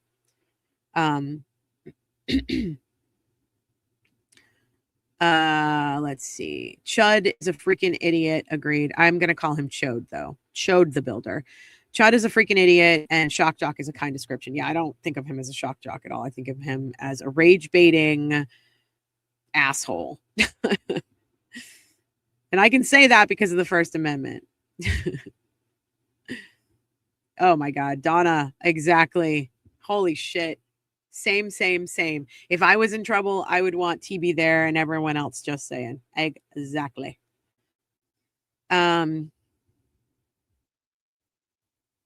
Hurt feelings is not breaking the law, Kathy says. Agreed. Occupy Wall Street was 2011. Yeah, you're right. 2008 was a financial crash. That's actually right after that. So 2010 is when I started my dog walking company, I think. I can't remember. It was 13 years. That's all I know. And then 2011 was Occupy Wall Street, which is when I started writing the book. Oh my God, it's been 15 years. Thanks for saying that, OFO show. I had no idea it had been 15 years since I just started writing the books. Jesus. I really would like to finish them, Ash. I really, really would. I love this series. I love it. I love the characters. It's from the perspective of, so it's dystopian, but not too far in the future. So think about like Handmaid's Tale kind of thing. And it's basically about a government, a man who's sort of taken power and who has divided the country into two groups. The people he thinks are the elites and the people he thinks are not worth shit on his shoe. And his goal is to wipe out that second population. Does that sound familiar to any of y'all? Sounds familiar to me. Anyway, so I started writing that in 2011, well before Donald Trump. But I think I was starting to see with Occupy Wall Street that we were separating into these factions of people like the haves and the have-nots, the 1% versus the 99. And so I started writing these books, and they're massive. I mean, it's thousands of pages of two parts of the series. And honestly, and I feel in my heart that the only way that I'm going to be able to finish them is if I do a page one rewrite. Luckily, I have bankers boxes full of old drafts, outlines, everything you could possibly imagine associated with these books. I have timelines of history. I have so much research, and obviously we're living through a lot of what's happening in the books. I mean, in my books, you will not believe this. I'm going to tell you this and you won't believe it. In 2011, so I wrote book 2 before I wrote book 1. And in book 2, it happens a little bit further in the future from book 1. And there's a character named Doge, Doge, and it's a dog. There's that character. And in book 1, there's a government group called DICE, which is the Department of Immigration, Customs. And they are raiding bodegas in New York and restaurants, and that is terrifying me. Oh, and then also the president of the country, this is before, like, keep in mind, this was 5 years before Trump became president. The president in my book has built an underground bunker where he plans to go live while he wipes out what he deems the bad part of the population, the non-elite part of the population. The current sitting president is building a bunker as we speak under this fucking ballroom. I'm terrified, but I really probably should finish the books. Oh, that's so funny. Mel Kerouac. You spelled Kerouac wrong, but I'll take it. I love Kerouac. Those dystopian things come to fruition when we all just overlook, like the escalator guy. Hate speech becoming socially acceptable. Should it be criminal? No, but we don't have to platform it. I appreciate and respect your opinion, Sam. I do. I absolutely do. Thanks for continuing to speak out. Beach Girl. Hey, Mel and chat. Glad you're live. I'm glad I'm live too. This was completely not planned, and I only planned to be here for like a half an hour, 45 minutes, and here we are an hour and a half later because I talked too much. Oh, Clem, you're so right. So Clem said all queer writers start as poets, me included. I did spoken word also in the 90s. So did I. I did spoken word. I was like obsessed with Ani DeFranco and her poetry. I did spoken word at the New Eurekan Poets Cafe in New York. It was my dream to be on that stage. I actually did spoken word like 3 years ago for the first time since the 90s. And I was on stage reading this poem that I had written in like 3 years ago. I was at this like writing retreat in this very, very, very conservative part of West Virginia. And I wrote a poem about the fear I had being in that town and feeling like they were going to kill me because I'm gay. And I got on a stage in front of all those people and I did spoken word for the first time since like 98. And I was just like, I was shaking. I was like, my whole body was shaking. I was losing my breath, but I did it. I did spoken word again, and it was great. So I love that you said that. Spoken word has a big, huge piece of my heart. So thanks for saying that. Let's see. I will fight for First Amendment rights against and call out hate speech without exception. Yes, Queen. Yes.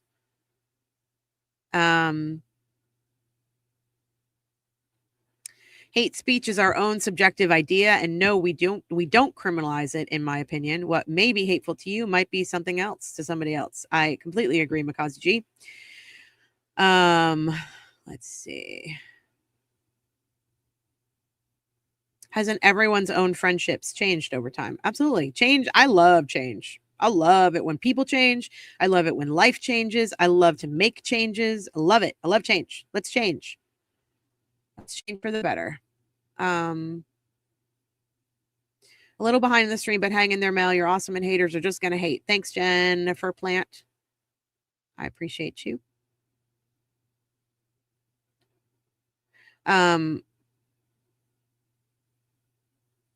Yeah. Ellie says, I think you're right, Mel. Being in community with people of all types pulls us all toward the middle, ideally at least. Yeah. Let's see. And that's the other thing. I will forever protect your right to say hateful things, and I will call you out every day of the week for saying those hateful things.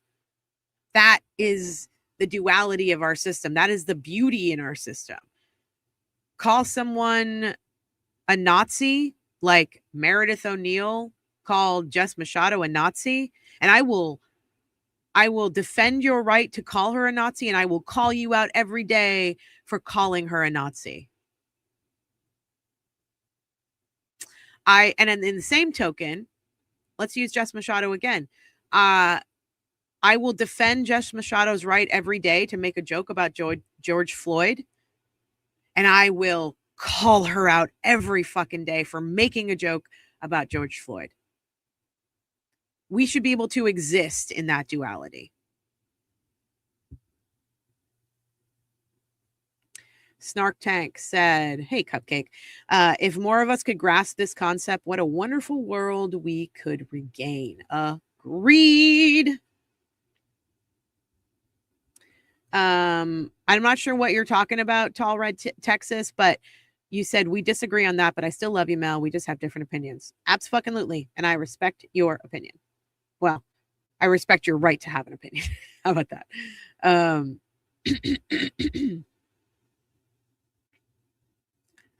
Let's see.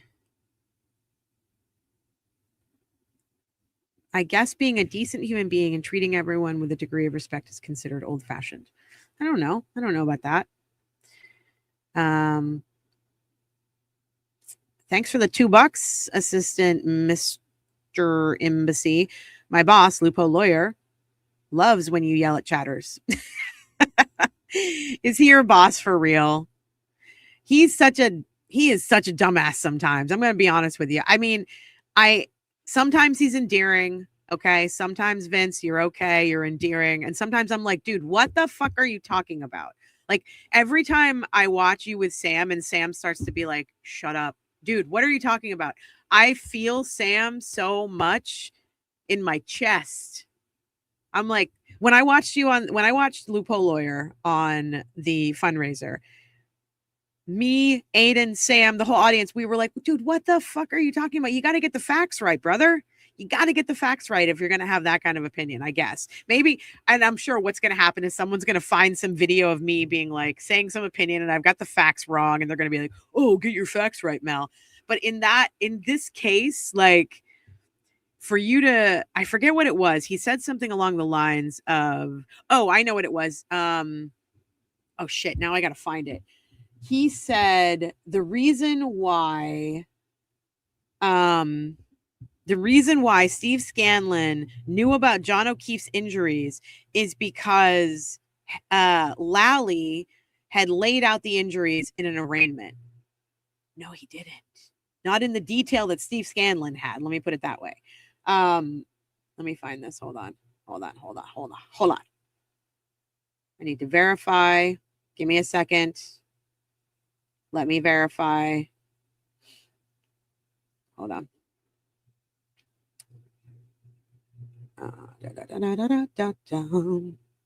Hold please. Isn't that what Mel Little says? Hold please. I'm going to be like Mel Little. She's too classy. I'll never be that classy. I love her so much. Where the fuck is it?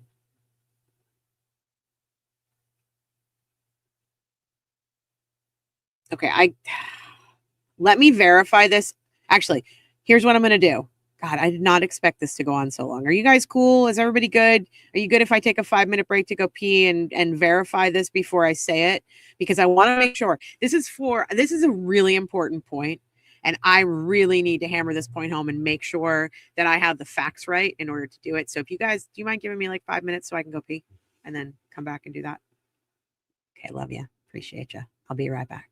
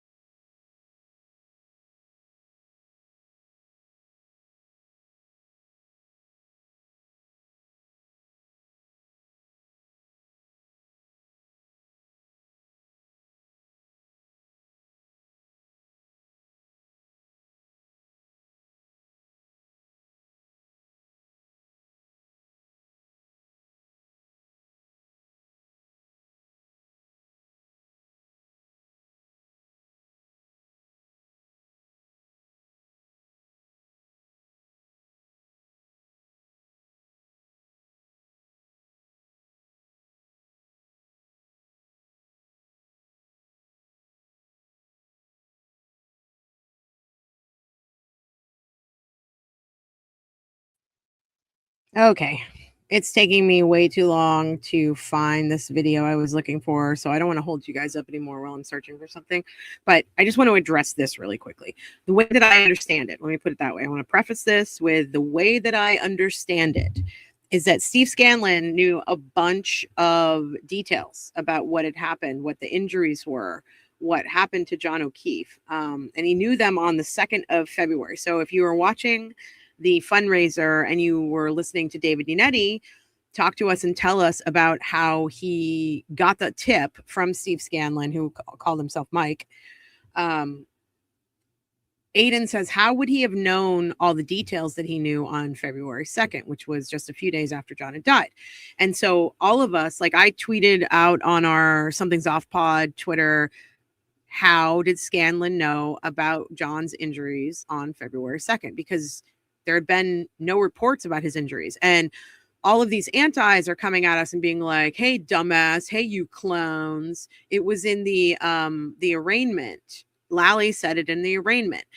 I'm going to go back. So I think one of the things that I'm going to do as an extra episode is we're going to sit down and we're going to watch the arraignment. I don't know if you noticed this, but I almost said arrangement because that's the typo that a certain anti put on our tweet that we were clowns because we heard about the injuries in the arrangement. Dumbass. Anyway. Dumbass. Okay, so what I want to do is I want to go back and I want to watch it with you all. I want to watch the arraignment with you all to hear exactly what Adam Lally said.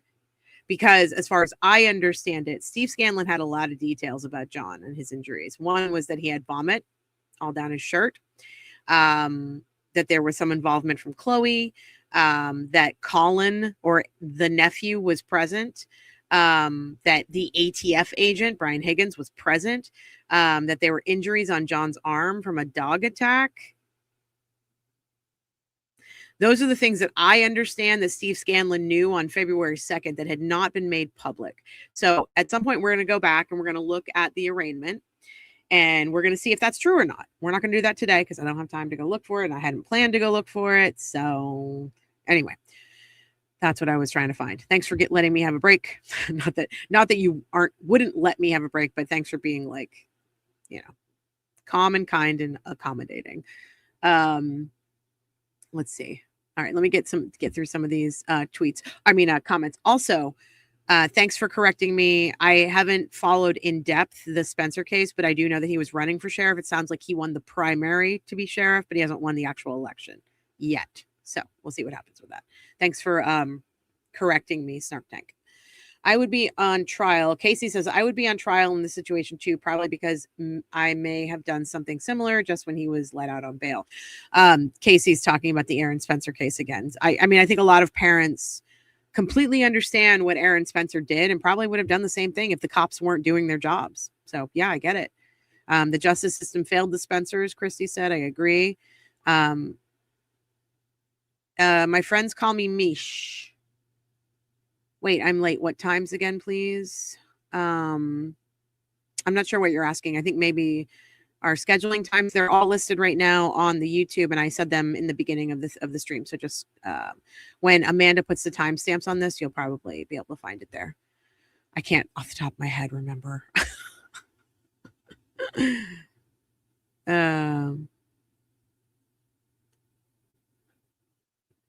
Oh, this is a great point. Simna said, what TB reports threatens the McAlbert's privilege. And that is not illegal. You're absolutely right.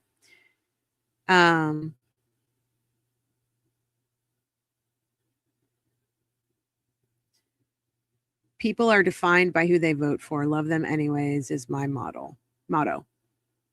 I believe they're defined. They're defined by who they vote for because, and I will say this all the time. I've said this my whole life. Since I've been voting anyway, I vote for my human rights and for your human rights. I'm not voting for interests. I'm voting for my human rights, like rights for the LGBTQ community, rights for the Black community, voting rights, health and food benefits and help with assistance with college loan debt and universal health care, all this shit. I am voting for human rights. I'm voting against people who are against my human rights. And that is my right. And my right to speak about it is a right.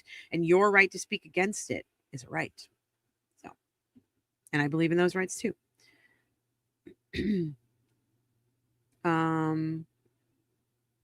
I'm late. Shit. Can I get times? I saw that one already. Let's see.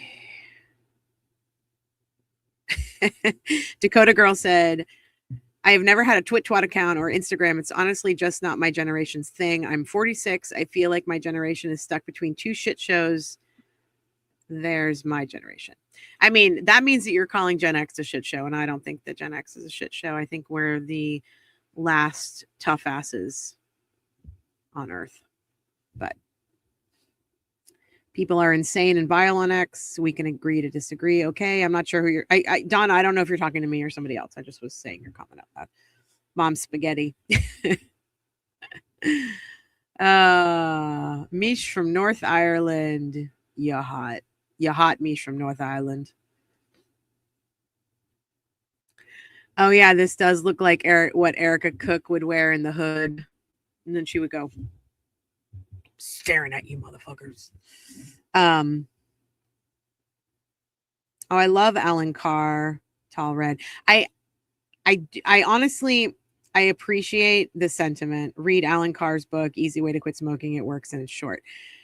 I quit before. I quit for 11, 12 years. I can't remember how many. It was a long time. I quit for a long time. Pandemic happened. I started smoking again. Sucks. Happens. You know, I don't look at non-smoking literature or paraphernalia. I am not using anything. This is completely cold turkey. The only thing I use are these, which are tea tree therapy. Oh God, look at my nails. They're all fucked up. Tea tree therapy toothpicks. I don't use the patch. I don't use gum. I don't use vapes. It's the best way for me to do it. I don't like any lingering anything, because then it's like, well, why am I doing this?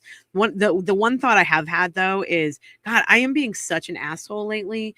Is it better if I smoke?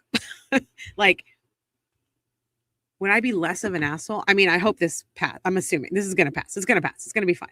It's going to be fine. But I can't read any books. I can't do anything. I just have to soldier through it.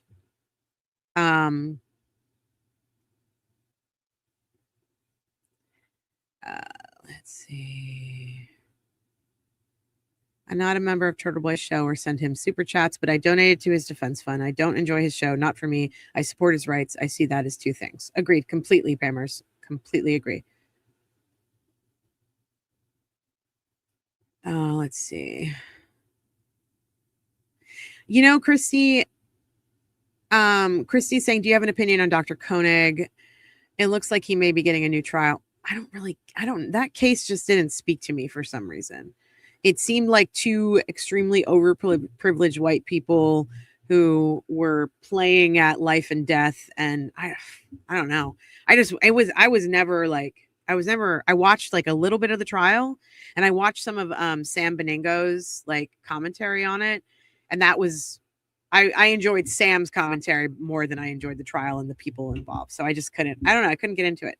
There was nothing for me there. And I don't know if he gets a new trial, if he filed an appeal and he has something that's appealable and he gets a new trial, that's his right. I'm happy for him.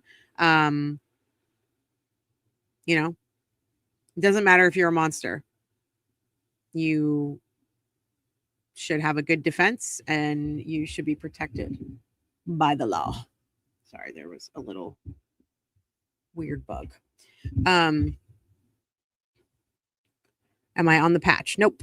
I'm not doing the patch. I'm not doing the gum. Not doing the vape. Not doing any of that. Oh, God, no. Ellie said, have you seen the guys on YouTube that demonstrate just how stupid and flawed AI is? Yikes. Oh, that would probably freak me out. I do enjoy watching the robots really fuck up. Like, I saw that robot. Did you guys see the robot that was dancing at some kind of conference to Billie Jean?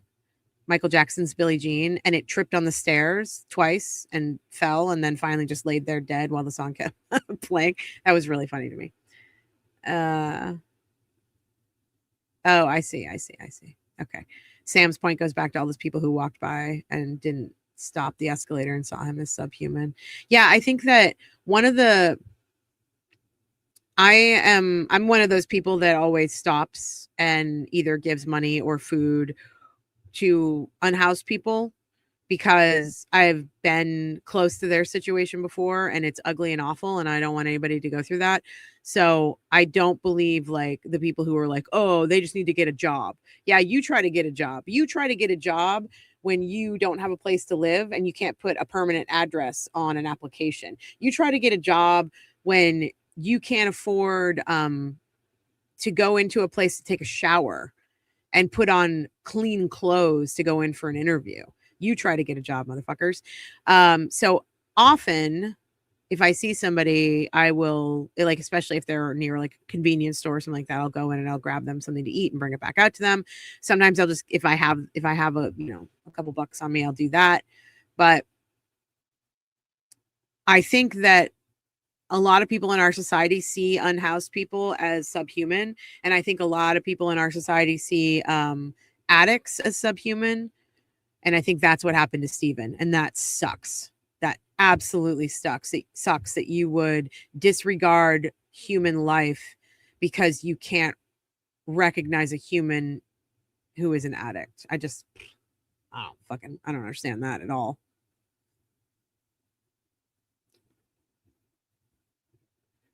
Let's see.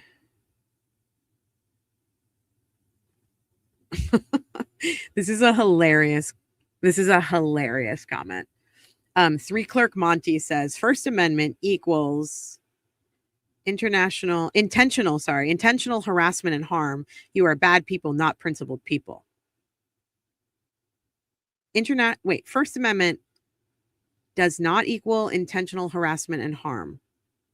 You are bad people, not. I don't even know what this comment means.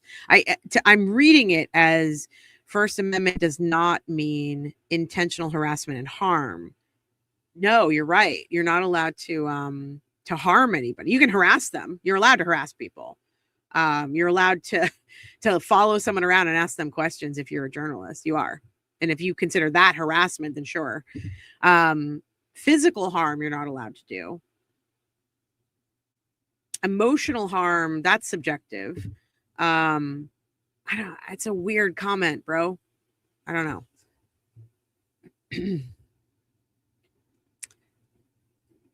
This is an interesting comment. Pammers said, how can you speak publicly and not offend someone? Feelings, y'all. That standard wouldn't be sustainable. The First Amendment is first, and journalists are named as especially protected. You're absolutely right. I mean, I can sit here and be like, I love every human being on this planet, and they are lovely and wonderful, and I will offend someone. And they will come at me, or they'll leave a 1-star review on my podcast and be like, I liked you until you said you loved everybody. Now, fuck you. You know what I mean? So it's like, you can't please everybody. What is it that Melanie Little says? You can't make everyone happy. You're not a cupcake. She's right. Let's see.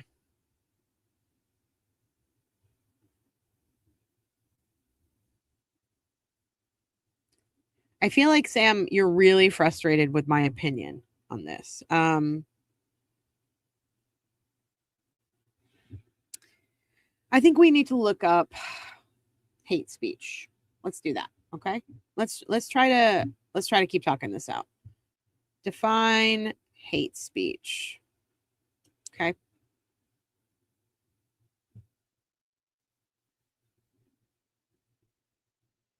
Okay. Are we ready?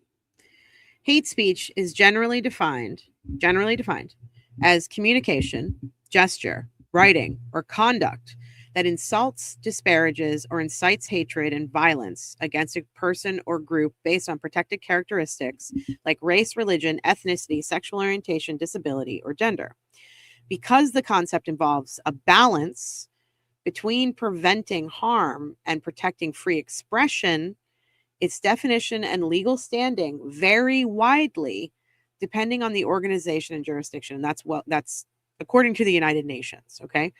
So, excuse me. United Nations. The UN Strategy and Plan of Action on Hate Speech defines it broadly as any communication that attacks or uses pejorative language toward a person or group based on identity factors like religion, ethnicity, nationality, race, or gender. I think we can agree on that. Okay. So let's take this into context with the First Amendment.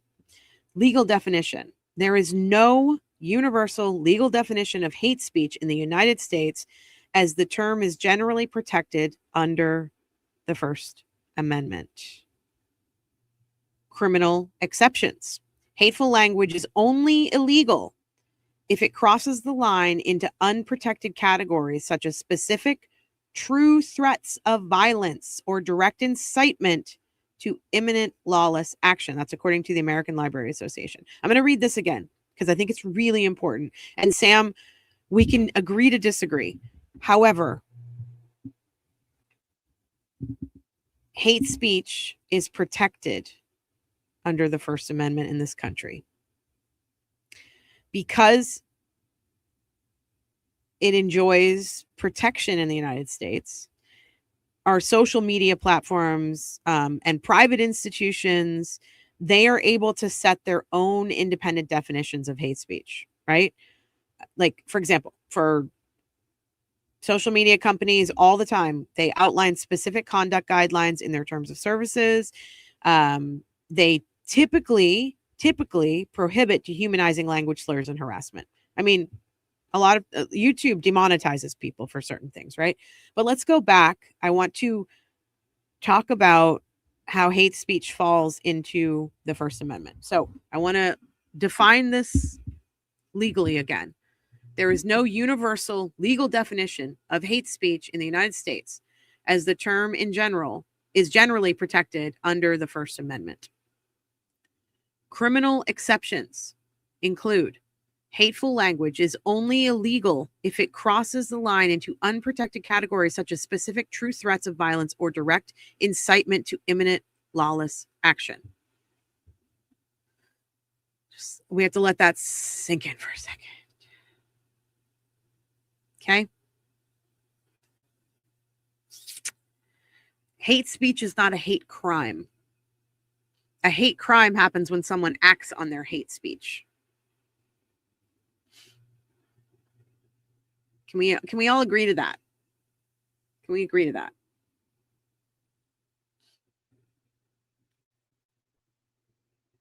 Okay, so I'm gonna pull this up and I'll put it on the screen for you all, so you just know that I'm actually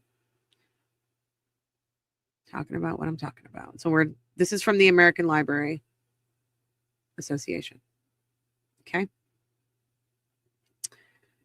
There is no legal definition of hate speech under U.S. law, just as there is no legal definition for evil ideas, rudeness, unpatriotic speech, or any other kind of speech that people might condemn. Generally, however, hate speech is any form of expression through which speakers intend to vilify, humiliate, or incite hatred against a group or a class of persons on the basis of race, religion, skin color, sexual identity, gender identity, ethnicity, disability, or national origin. In the United States, hate speech is protected by the First Amendment. Courts extend this protection on the grounds that the First Amendment requires the government to strictly protect robust debate on matters of public concern, even when such debate devolves into distasteful, offensive, or hateful speech that causes others to feel grief, anger, or fear. The Supreme Court's decision on Snyder v. Phelps provides an example of this legal reasoning, and I hope that you all will go and read it. Under current First Amendment jurisprudence, hate speech can only be criminalized when it directly incites imminent criminal activity or consists of specific threats of violence targeted against a person or group. Okay, that is hate speech. Let's talk for a moment about hate crimes. For the purposes of collecting statistics, the FBI has defined a hate crime as a, quote, criminal offense against a person or property motivated in whole or in part by an offender's bias against a race, religion, disability, sexual orientation, ethnicity, gender, or gender identity, end quote, including skin color and national origin. Hate crimes are overt acts that can include acts of violence against persons or property, violation or deprivation of civil rights, certain true threats or acts of intimidation, or conspiracy to commit these crimes. The Supreme Court has upheld laws that either criminalize these acts or impose a harsher punishment when it can be proven that the defendant targeted the victim because of the victim's race, ethnicity, identity, or beliefs. A hate crime is more than offensive hate speech or conduct. It is specific criminal behavior that ranges from property crimes like vandalism and arson to acts of intimidation, assault, and murder. Victims of hate crimes can include institutions, religious organizations, and government entities, as well as individuals. I feel like that's pretty clear, right? Does everybody understand it? That feels pretty clear to me. And if you want to change the laws in this country or the people who are making the laws in this country, you have to go vote. I'm not going to try to get political here. I'm not picking a side. I'm just saying go fucking vote. We have elections in this country coming up in November. Go vote. I'm going to throw out a few numbers for you real quick, and then we're going to move on from politics. In the last election, over 80 million people in this country who are eligible to vote did not vote. That was bigger than any of the votes cast for either candidate. So the reason the candidate we have, or the reason we have the president that we have, and I'm not saying that's a good or bad thing, but the reason we have the person we have is because over 80 million people chose not to vote in this country. And that's more than voted for either candidate. Think about that. Go fucking vote. What are we doing? Okay.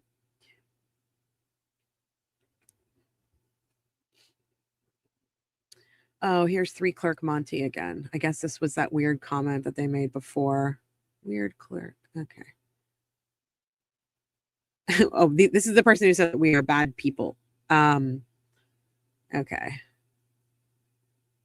Hurting feelings is not higher than the First Amendment. Fucking men.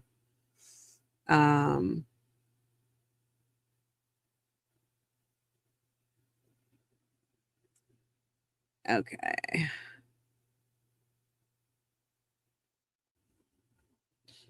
Mish from North Ireland said people in the UK get jailed for social media posts speaking against the government. That's why I support the First Amendment for you guys. Wow, that's terrifying. I gotta look that up. I didn't realize that was a thing. That's insane. I always think of the UK as being like super First Amendment-y. Like when I watch your parliament like argue, like you all just get up and you yell and you scream at each other and everybody's like pounding their fists and doing. I love that about the UK. And it's like I always thought, I gotta look that up. That's really crazy. If you have any articles, Mish, will you send them to me? That's nuts to me. The email address is somethingsoftpod@gmail.com. Oh, okay. Here's 3 Clerk Monty. Because you are harming good people to cover up for bad people while pretending to seek justice. I'm not harming anyone. And Turtleboy isn't harming anyone. And we're also not covering up for anybody. So I don't know what the fuck you're talking about. But yeah. Okay. Hurt feelings. Oh, I think the McAlberts can handle themselves, Donna said. Yeah, agreed, Donna. Let's see. Oof, such a good point, Pamabo. The guarantees of the Constitution are being chipped away in bigger and bigger chunks. Without the First Amendment, the rest won't follow. Oof. Facts.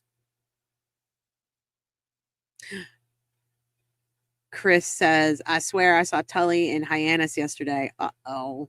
Tully. We're going to talk about Tully on Monday. Yep. Agreed. Scorpio Girl says, we have more in common than we think. It's us versus the government. Word. Oh, yes, I love this. I love this. Moofy Loops. I'm bringing my You're Hot camo mug, camping mug, camping this weekend. I love my little camping mug. I love it. I also love this mug. Thanks, Pamabo.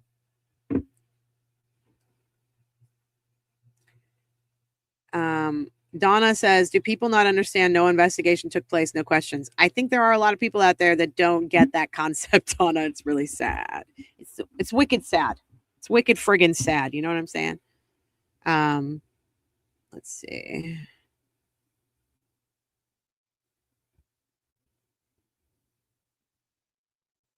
I completely, Sam, I think we're on the same page here. I don't know why we're arguing about this, but okay. Sam says the government are comprised of fascists. How do you think they got in power? We socially accepted it. You don't have to send people to jail to denounce hate speech and fascism. I am denouncing hate speech and fascist ideals. I'm doing it right here, right now. But I didn't socially accept anything. I've been outspoken about it all for 30 years. So I don't know. I don't know why we're arguing about this, but okay.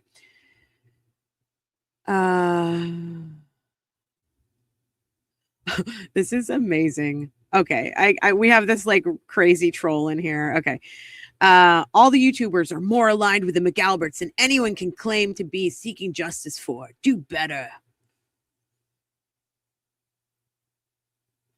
Oh my God. Oh my God. Oh, so we have a mouthpiece in here. Okay. All right. I think that this is the wrong show. You're welcome to hate watch all you want, 3 Clerk Monty, but this seems like it might be the wrong show for you.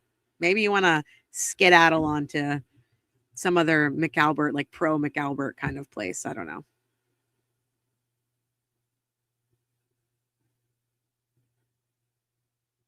When did Sam, you're like really coming at me. That's fine. That's fine. You're allowed to come at me.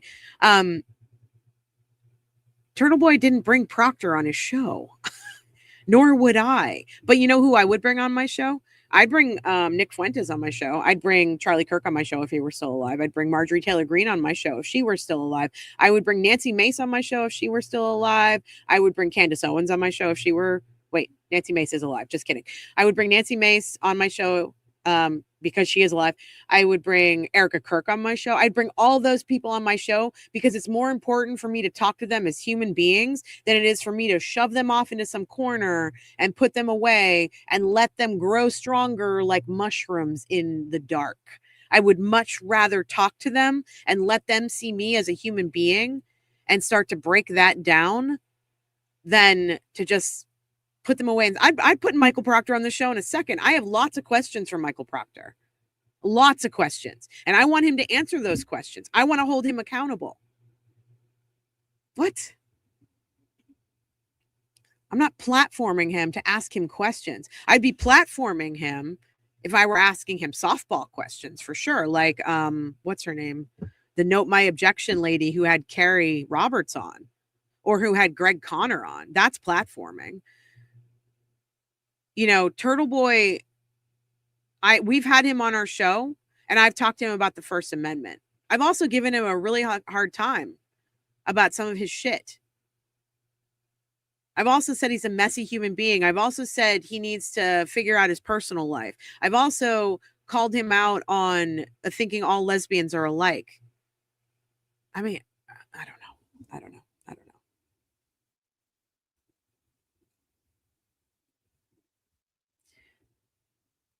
It's okay for you to think that we're objectively bad people. I support your right to think that, 3 Clerk Monty.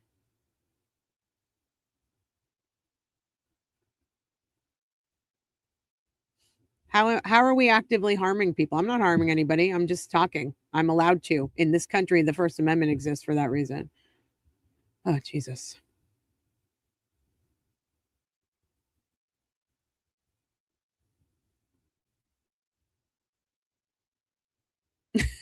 Oh my God. Okay.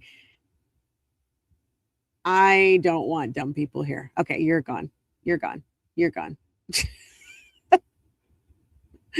Fuck off. Okay.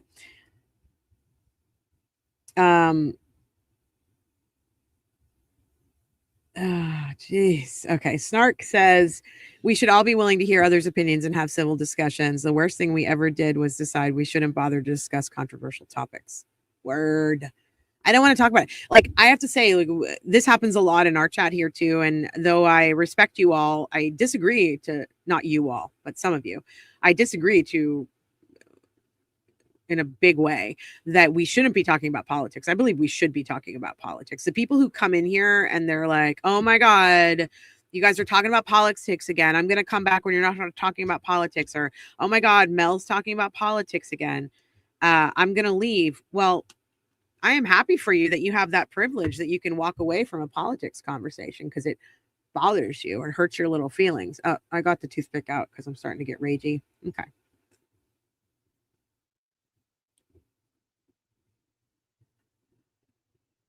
That's really cool. Burley, North Carolina. If you live in North Carolina, there's probably a lot of diverse political opinions there.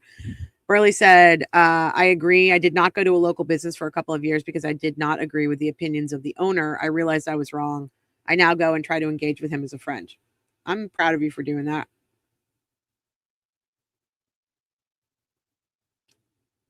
Ooh, that's profound. Tall Red, Texas. You didn't lose listeners. You lost people that are not listening. Word. Hey, Nicola. Good morning, M. Danger Riley. Let's see.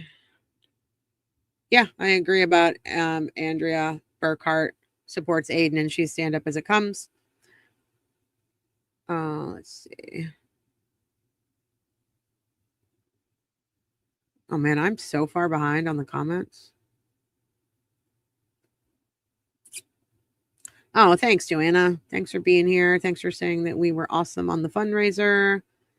Let's see.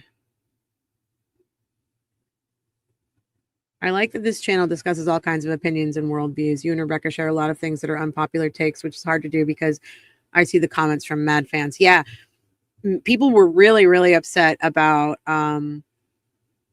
the take that we thought that Johnny Depp and Amber Heard were both abusive people. They wanted us to pick sides, and I'm not doing that. I don't think she is either.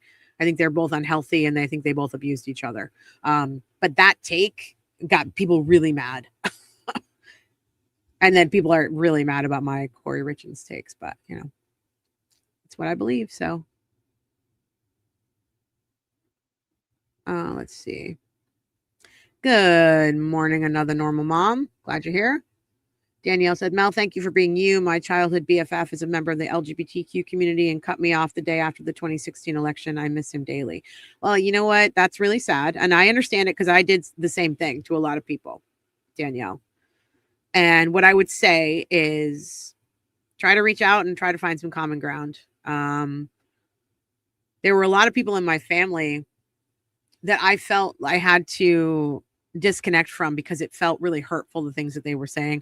And I do think that during that time, it was really difficult to talk to one another. We were seeing a lot of violence that we hadn't seen before pop up on our screens. And social media was just programming people to think a certain way and to get into your confirmation bias camps.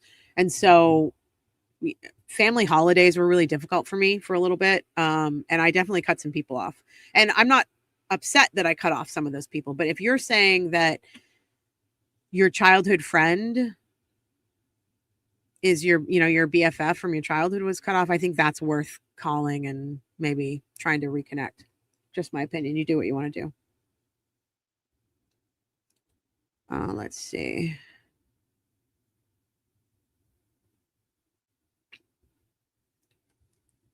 Thanks for the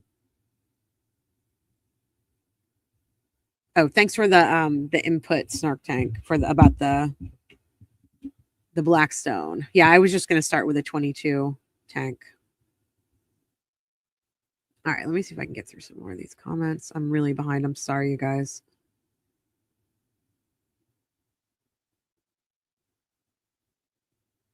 I learned looking into mass late to the stream, but I'll say one thing I learned looking into mass is that now I get why some people there are so staunchly against Democrats. Look at the examples they have been given. Yeah, I mean, I'm a Democrat. You guys know that. and Mass is a blue state, and the Democrats have run that state for a very long time. And I think that when you allow one party to run a state or a country for too long, then you lose the perspective of the other people. And you also it makes you more fruitful for corruption. I'll just say that. So this is about Ruby. Paul, we have tried everything. We have tried Cytopoint. We have tried Apoquel. We have tried diet. We have tried, there's another pill that we used to give her. We tried everything, including our vet actually ordered this very specific eardrop for Ruby, just for Ruby. There's no other dog at the vet that requires it, so they keep it on stock just for Ruby, and it's the only thing that works, but it's a short-term fix. So yeah, we've tried everything, but thanks for the suggestions. Okay, all right, I gotta get past some of this. Yeah, this is a really good point. Thanks for saying this, Ellie. The problem with regulating speech, even hate speech, is that it gives someone out there the power to decide what your speech means and if it's allowed. Such a good point. Thank you for saying that.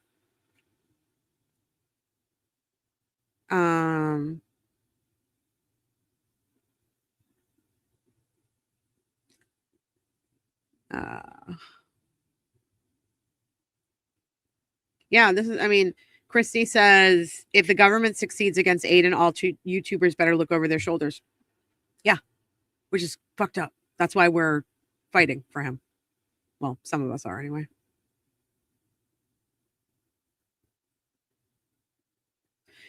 Yeah, Jen says, I can see why you're not up to working on the books. Too close to reality. I have the same issue with watching The Handmaid's Tale. So I had watched the whole thing. We started rewatching it last year, and I couldn't. It was far too close to home. So I might I've given myself a really long break on the books, so I might pick them up, see what I can do. But if it's too much, I don't know. Part of me is struggling with they're important. What I feel like what I've written is important and I should put it out there. And the other part of me is just traumatized. So I'm like, meh, I don't know.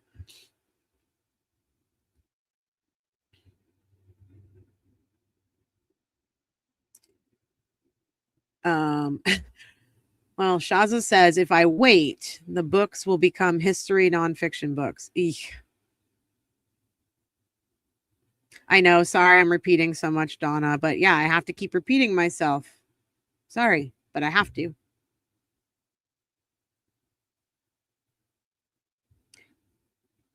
Let's see. You thought you were talking about Randall for the first half of that sentence, LOL. I thought you were talking about Randall. Oh gosh, I don't even know what that is referencing to, and I don't know how long ago. This was almost an hour ago. Oh my god, I'm an hour behind on comments. Jesus, let me get caught up here. Sorry, guys.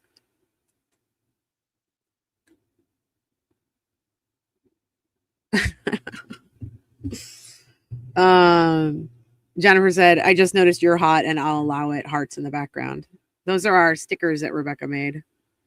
That one up in the corner is Ruby. I don't know why my computer is being so jumpy today. Do you guys? Sorry, it's bouncing around on you guys. All right. Let's see. Do Mel and Rebecca know about Rick? Maybe we get them into that case too. Are you talking about the Delphi case? Is that what you're talking about? I know a little bit about it if you are. Oh, we have a law nerd here. I love it. Hey, Luna. I love the law nerds.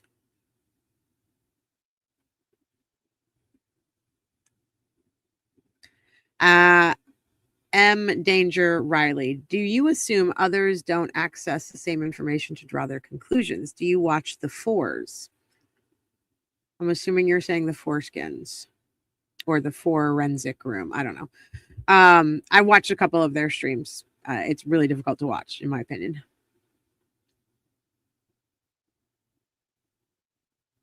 Okay.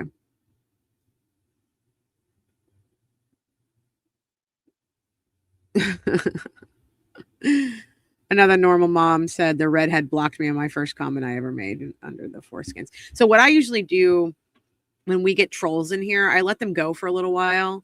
Like I did, I can't even remember what their name is now. And then when it gets to be ridiculous and they're just taking over the chat because they want to be heard and no one's paying attention to them, or we're paying attention to them too much, that's when I get rid of them. So thanks for becoming a new member, Tall Red TX.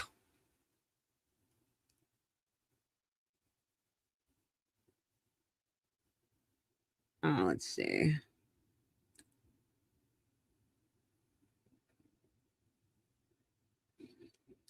Donna said it's the weather change or of weather making you blah. No, I think it's the nicotine withdrawal. You know? Yeah. It's good for your mom, Jenna Lee. She quit after 50 years of smoking. Holy shit. Good for her. I bet she's feeling so much better.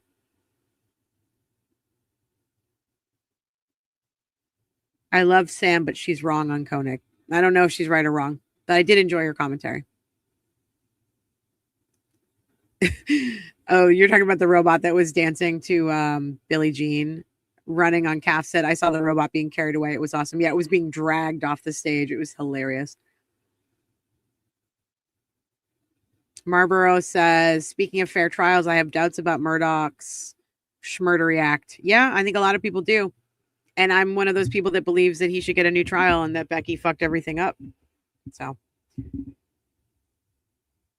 Oh,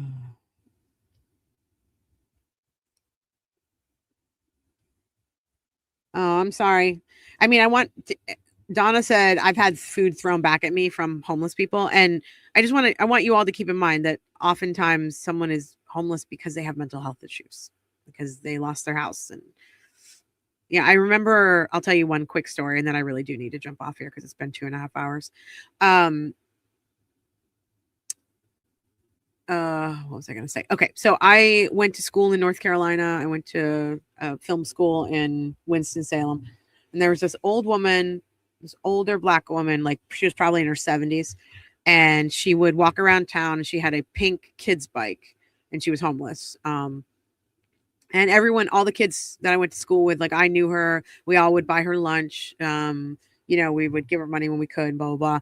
And then finally one day I was outside smoking or I was doing something, and I was with one of my producing professors, and I was like, and the woman rode by on her bike, and I had lunch in my bag or something, so I gave it to her, and he was like, do you know her story? And I was like, no, I just, I give her food when I can. He told me her story, and her story was that she'd actually been a very well-known professor at Wake Forest, which was right down the street from my university. And she was incredibly intelligent. I want to say she was economics. I can't remember what her degree was in, but she was a professor there, and she was really, really, really well-known in the area and had been teaching college for like 20 years or something like that. And she had been undiagnosed schizophrenic. And I don't know how she got along as far as she did, but she did. And eventually, as she got older and her mind started to diminish a little bit, the schizophrenia really came out of her, and she lost her position as a professor. She lost her house. She lost her she lost everything. And she had spent the past 10 years walking around with her bike. And she was very nice. She wasn't a drug addict. She was very clean. I think she used the shelters quite a bit, and the kids, we all fed her, and people in the community fed her. But you never know what somebody's been through when they're homeless. You just don't know. You don't know if they were. I'll never forget the stories I heard about Skid Row. Is it Skid Row in Los Angeles, or is it Hell's Kitchen? Either or. The homeless stretch in Los Angeles there are so many people there who came to Hollywood who were world-class musicians or world-class, they were models or actors, or you've seen them on the sitcoms you watched in the 80s and 90s, and they're homeless and drug addicts or have had mental health decline. And you just never know what someone's story is unless you ask them. And so I'm really, really sorry that people threw food at you. I'm asking you to find it in your heart to forgive them, is all I'll say.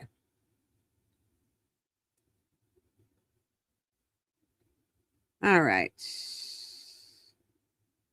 Yeah, I just literally was talking about this. So thank you for saying that. Another normal mom. I've never been on the street, but some days I didn't know where I was going to sleep. People wind up that way for all kinds of innocent reasons. Yep.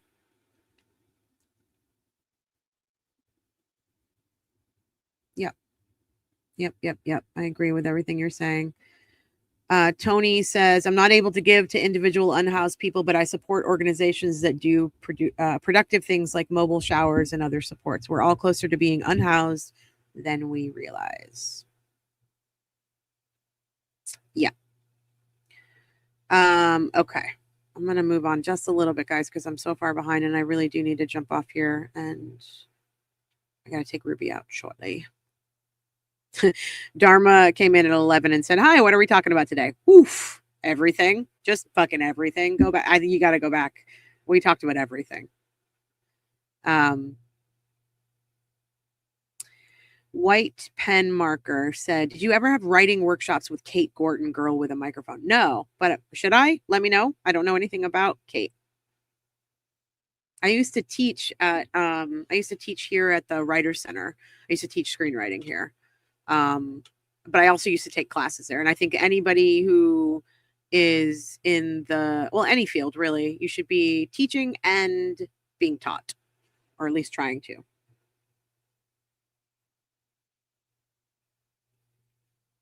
Good Samaritan law. Oh, this is interesting. Jenna said, Good Samaritan law, at least what I know of it in Florida, is you cannot accept payment after performing a life-saving act, example, operating an AED, and cannot be sued for attempting to render aid. I think that's a great law. I was really worried when I helped that guy outside of the convenience store when I was going to get paint. I was like, the way the cops were treating me, I was worried they were going to arrest me. That's how bad it was. And I was like, all I did was like pick a guy up, and I literally held him up by his hair, let him vomit so he didn't choke on it, and poured water on his face, which woke him up from whatever was happening to him. And they were treating me like I was a criminal. It was very strange.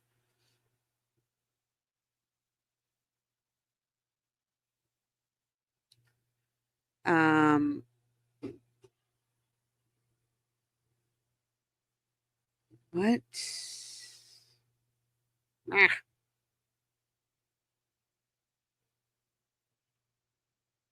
Mel is very open to combos with people who don't politically align with her. That is true. I wasn't always that way, but I will say that I am now. I have no issues debating. I'm sure you guys know that. And I'm also open, like, try to change my mind. Like, no, Marjorie Taylor Greene didn't die. Neither did Nancy Mace.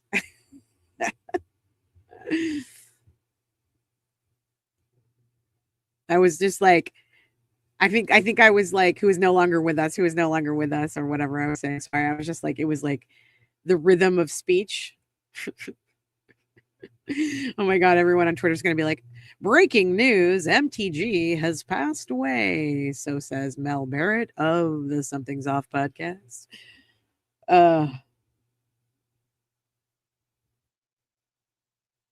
Okay. Oh my gosh, you guys. All right. I am I gotta get out of here. Tony says Ragey Mel in the hoodie is a whole vibe. It's something. It's a hot mess is what it is, but it's something. I'm so glad that you all stopped by and that you hung out with me for a little bit. And thank you, Marlboro, who says I stay here because of the politics, because it affects us all the time. Agreed. And Jenna says, if politics affect my everyday life, since I'm a federal employee, we can't avoid politics and can't avoid talking about them. Agreed. What scares me about talking politics is getting attacked by different opinions. Well, I don't want to tell you what to think or how to be, but I would suggest maybe considering that someone with a different opinion is not attacking. But if you feel like you're being attacked, talk about it. Just be like, why are you attacking me? You know? Okay. Politics, politics, politics. Vasectomy did not require wife's permission. What? Oh, okay. I saw that totally out of context. PMM. I was like, what are you talking about? Need to bring back shows like Archie Bunker. Oh my God, I love Archie Bunker. PMM said, so many people forget women could not open bank accounts without dad or husband signing for it. Absolutely true. Right before Rebecca and I were born, Rebecca's a couple of years older than me, but right before we were born, our mothers needed their husband's permission to get credit cards. And you couldn't get, no tubal without husband's permission. And vasectomy did not require a wife's permission, of course. I don't know where this came from, but everybody needs to hear PMM and what they're saying. You need to hear them.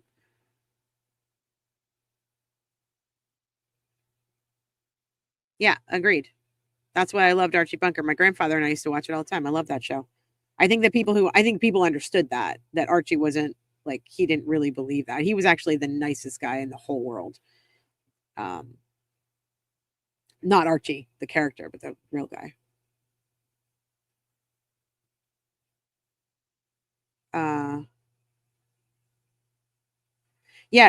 You don't have to anymore. Free the First Amendment. I said I did not require permission to get my tubes tied or get my hysterectomy when it happened from PA. No, you don't. Not anymore. But before in the 70s, you did. Okay, let's see. We need more independent candidates. I agree. Oh my God, how am I this far behind?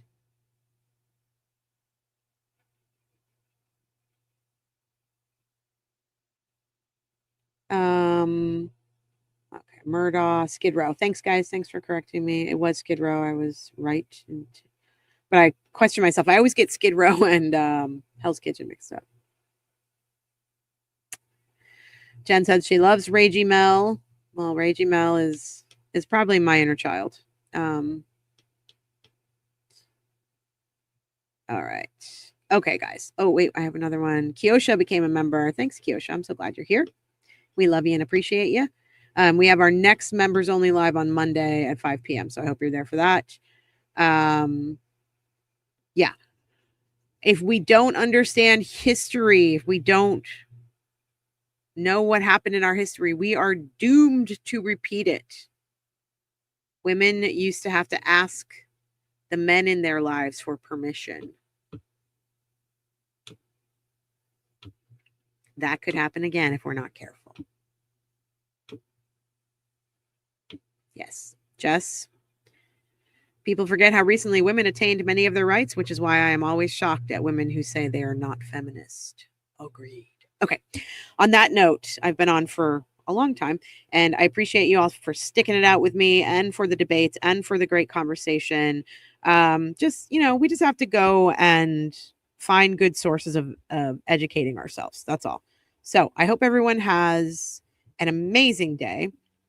And that you stand up for yourself and you stand up for your beliefs and you speak your mind because you have the First Amendment to do so. There are other countries where not only women, but everyone are not allowed to speak their minds. Hello, Russia, I'm talking to you. I appreciate you all so very much. And a couple of housekeeping things. We'll be back at 8 a.m. tomorrow morning with Rebecca with me. And go like this video. Subscribe, share our content, tell your friends about us, and follow us on Twitter, Mel and Rebecca. That's the handle on Twitter. And thanks for all the stuff from the Amazon wish list, you guys. Thanks for the tips. Thanks for the memberships. You are keeping us going here, and we couldn't be happier. We love what we do. We're so glad to be here with you.